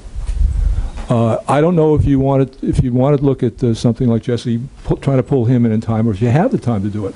I am going to have, and I can promise you that now, I'm confident, I'm going to have that strategic plan report. That's another meeting. You've got actually a number of substantive issues. Either you talk about them now or you put them on the schedule for the coming year. But these are the things that once they come out of committee, they really belong a different place in the board agenda. And it's the board as a whole that I think has to begin to take these discussions up in the way you began to tonight, but not just at whatever time it is. I mean, give it a good discussion, tell people they can come and hear about it and contribute to it, and I think you're already beginning your agenda for the new year. Yeah, I guess I would leave, and I appreciate your saying that, because I think it leaves me with a question to posit to the rest of the board, which is, I think when we think about the importance of Jesse coming in, given that it's immediately bringing us incremental costs in the 18-19 year, and we need to get our arms around the cost parameters for the 19-20 year, I would like to suggest to those here that we try to get him in at the end of the year to flesh that out. I was going to suggest, Doug, I hate to task you with more, but do you want to just give us a list of what we're going to be covering in the next 4 meetings, and then we can look and pick? Yeah, because I think aren't we also going to have tenure awards and all that? Tenure, you're going to have new staff. Let's see what we have and then figure out what to put in there. So you've got tenure, you've got ceremonial stuff, this bond stuff never stops. You're going to be talking about that every meeting. You're going to have the architects are going to come and present. So let's do some triage. Yeah, so we'll see if it can fit. But then I guess that raises a great point. There are meetings over the summer. Yeah, it raises a great point of whether we can even fit that, which is a good one. But then also around this topic, while I think this topic is a fascinating topic, I think that if we trust our building leaders and superintendent to hold the line, and if we have, for example, 3 students coming in and a very full kindergarten class. I did say 3, but if we trust that at 25 we're not at the breaking point, and that this is probably not a system determining decision, this probably, while interesting, is not particularly front burner. I guess the whole conversation right now is trying to figure out why we're having it, because there wasn't really a discussion. It was part of the report of the finance committee. No, I understand that, but it actually came to us, a community member had asked me last year about it, and we were in contract negotiations with the teacher. Right. So with the teachers union, so we said we would revisit it, but I think it's and it came we should revisit and it came up again in email, in a bond discussion. But I guess my point is just because something comes up as a public comment, right? I think there's an urgency around the kindergarten, that one. Yeah. Okay, so finance. Yeah.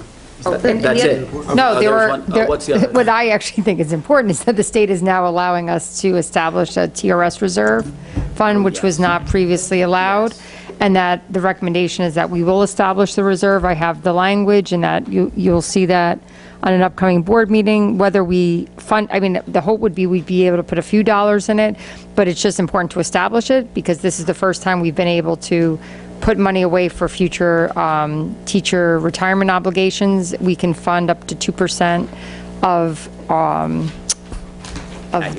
the actual liability, which is, in our case would be like $300,000 or so. So it's definitely, everyone was really excited that finally got through the state, and at the upcoming meeting there'll be wording to approve, which is been sent out by the organizations on how to establish it correctly. And then the RFP process, I had updated you on that. And then we just talked about exploring our usage fees and thinking about if there was a way to generate or look at kind of similar to doing RFP to ensure that there may be opportunities to either have people come in and rent more space from us or look at what our current fee structure is and just to update it, and then you could approve it, or we can renegotiate some of those fees with some of our providers and request from them kind of what their program revenues are to see if we want to increase some of them. So I think that was it.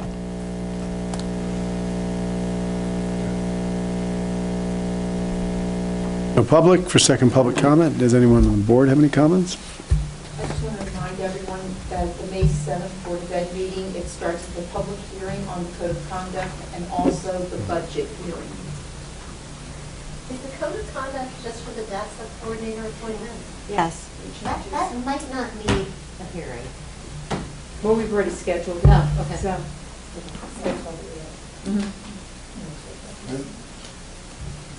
Have a motion to close the meeting? Moved. Second? All in favor? All right.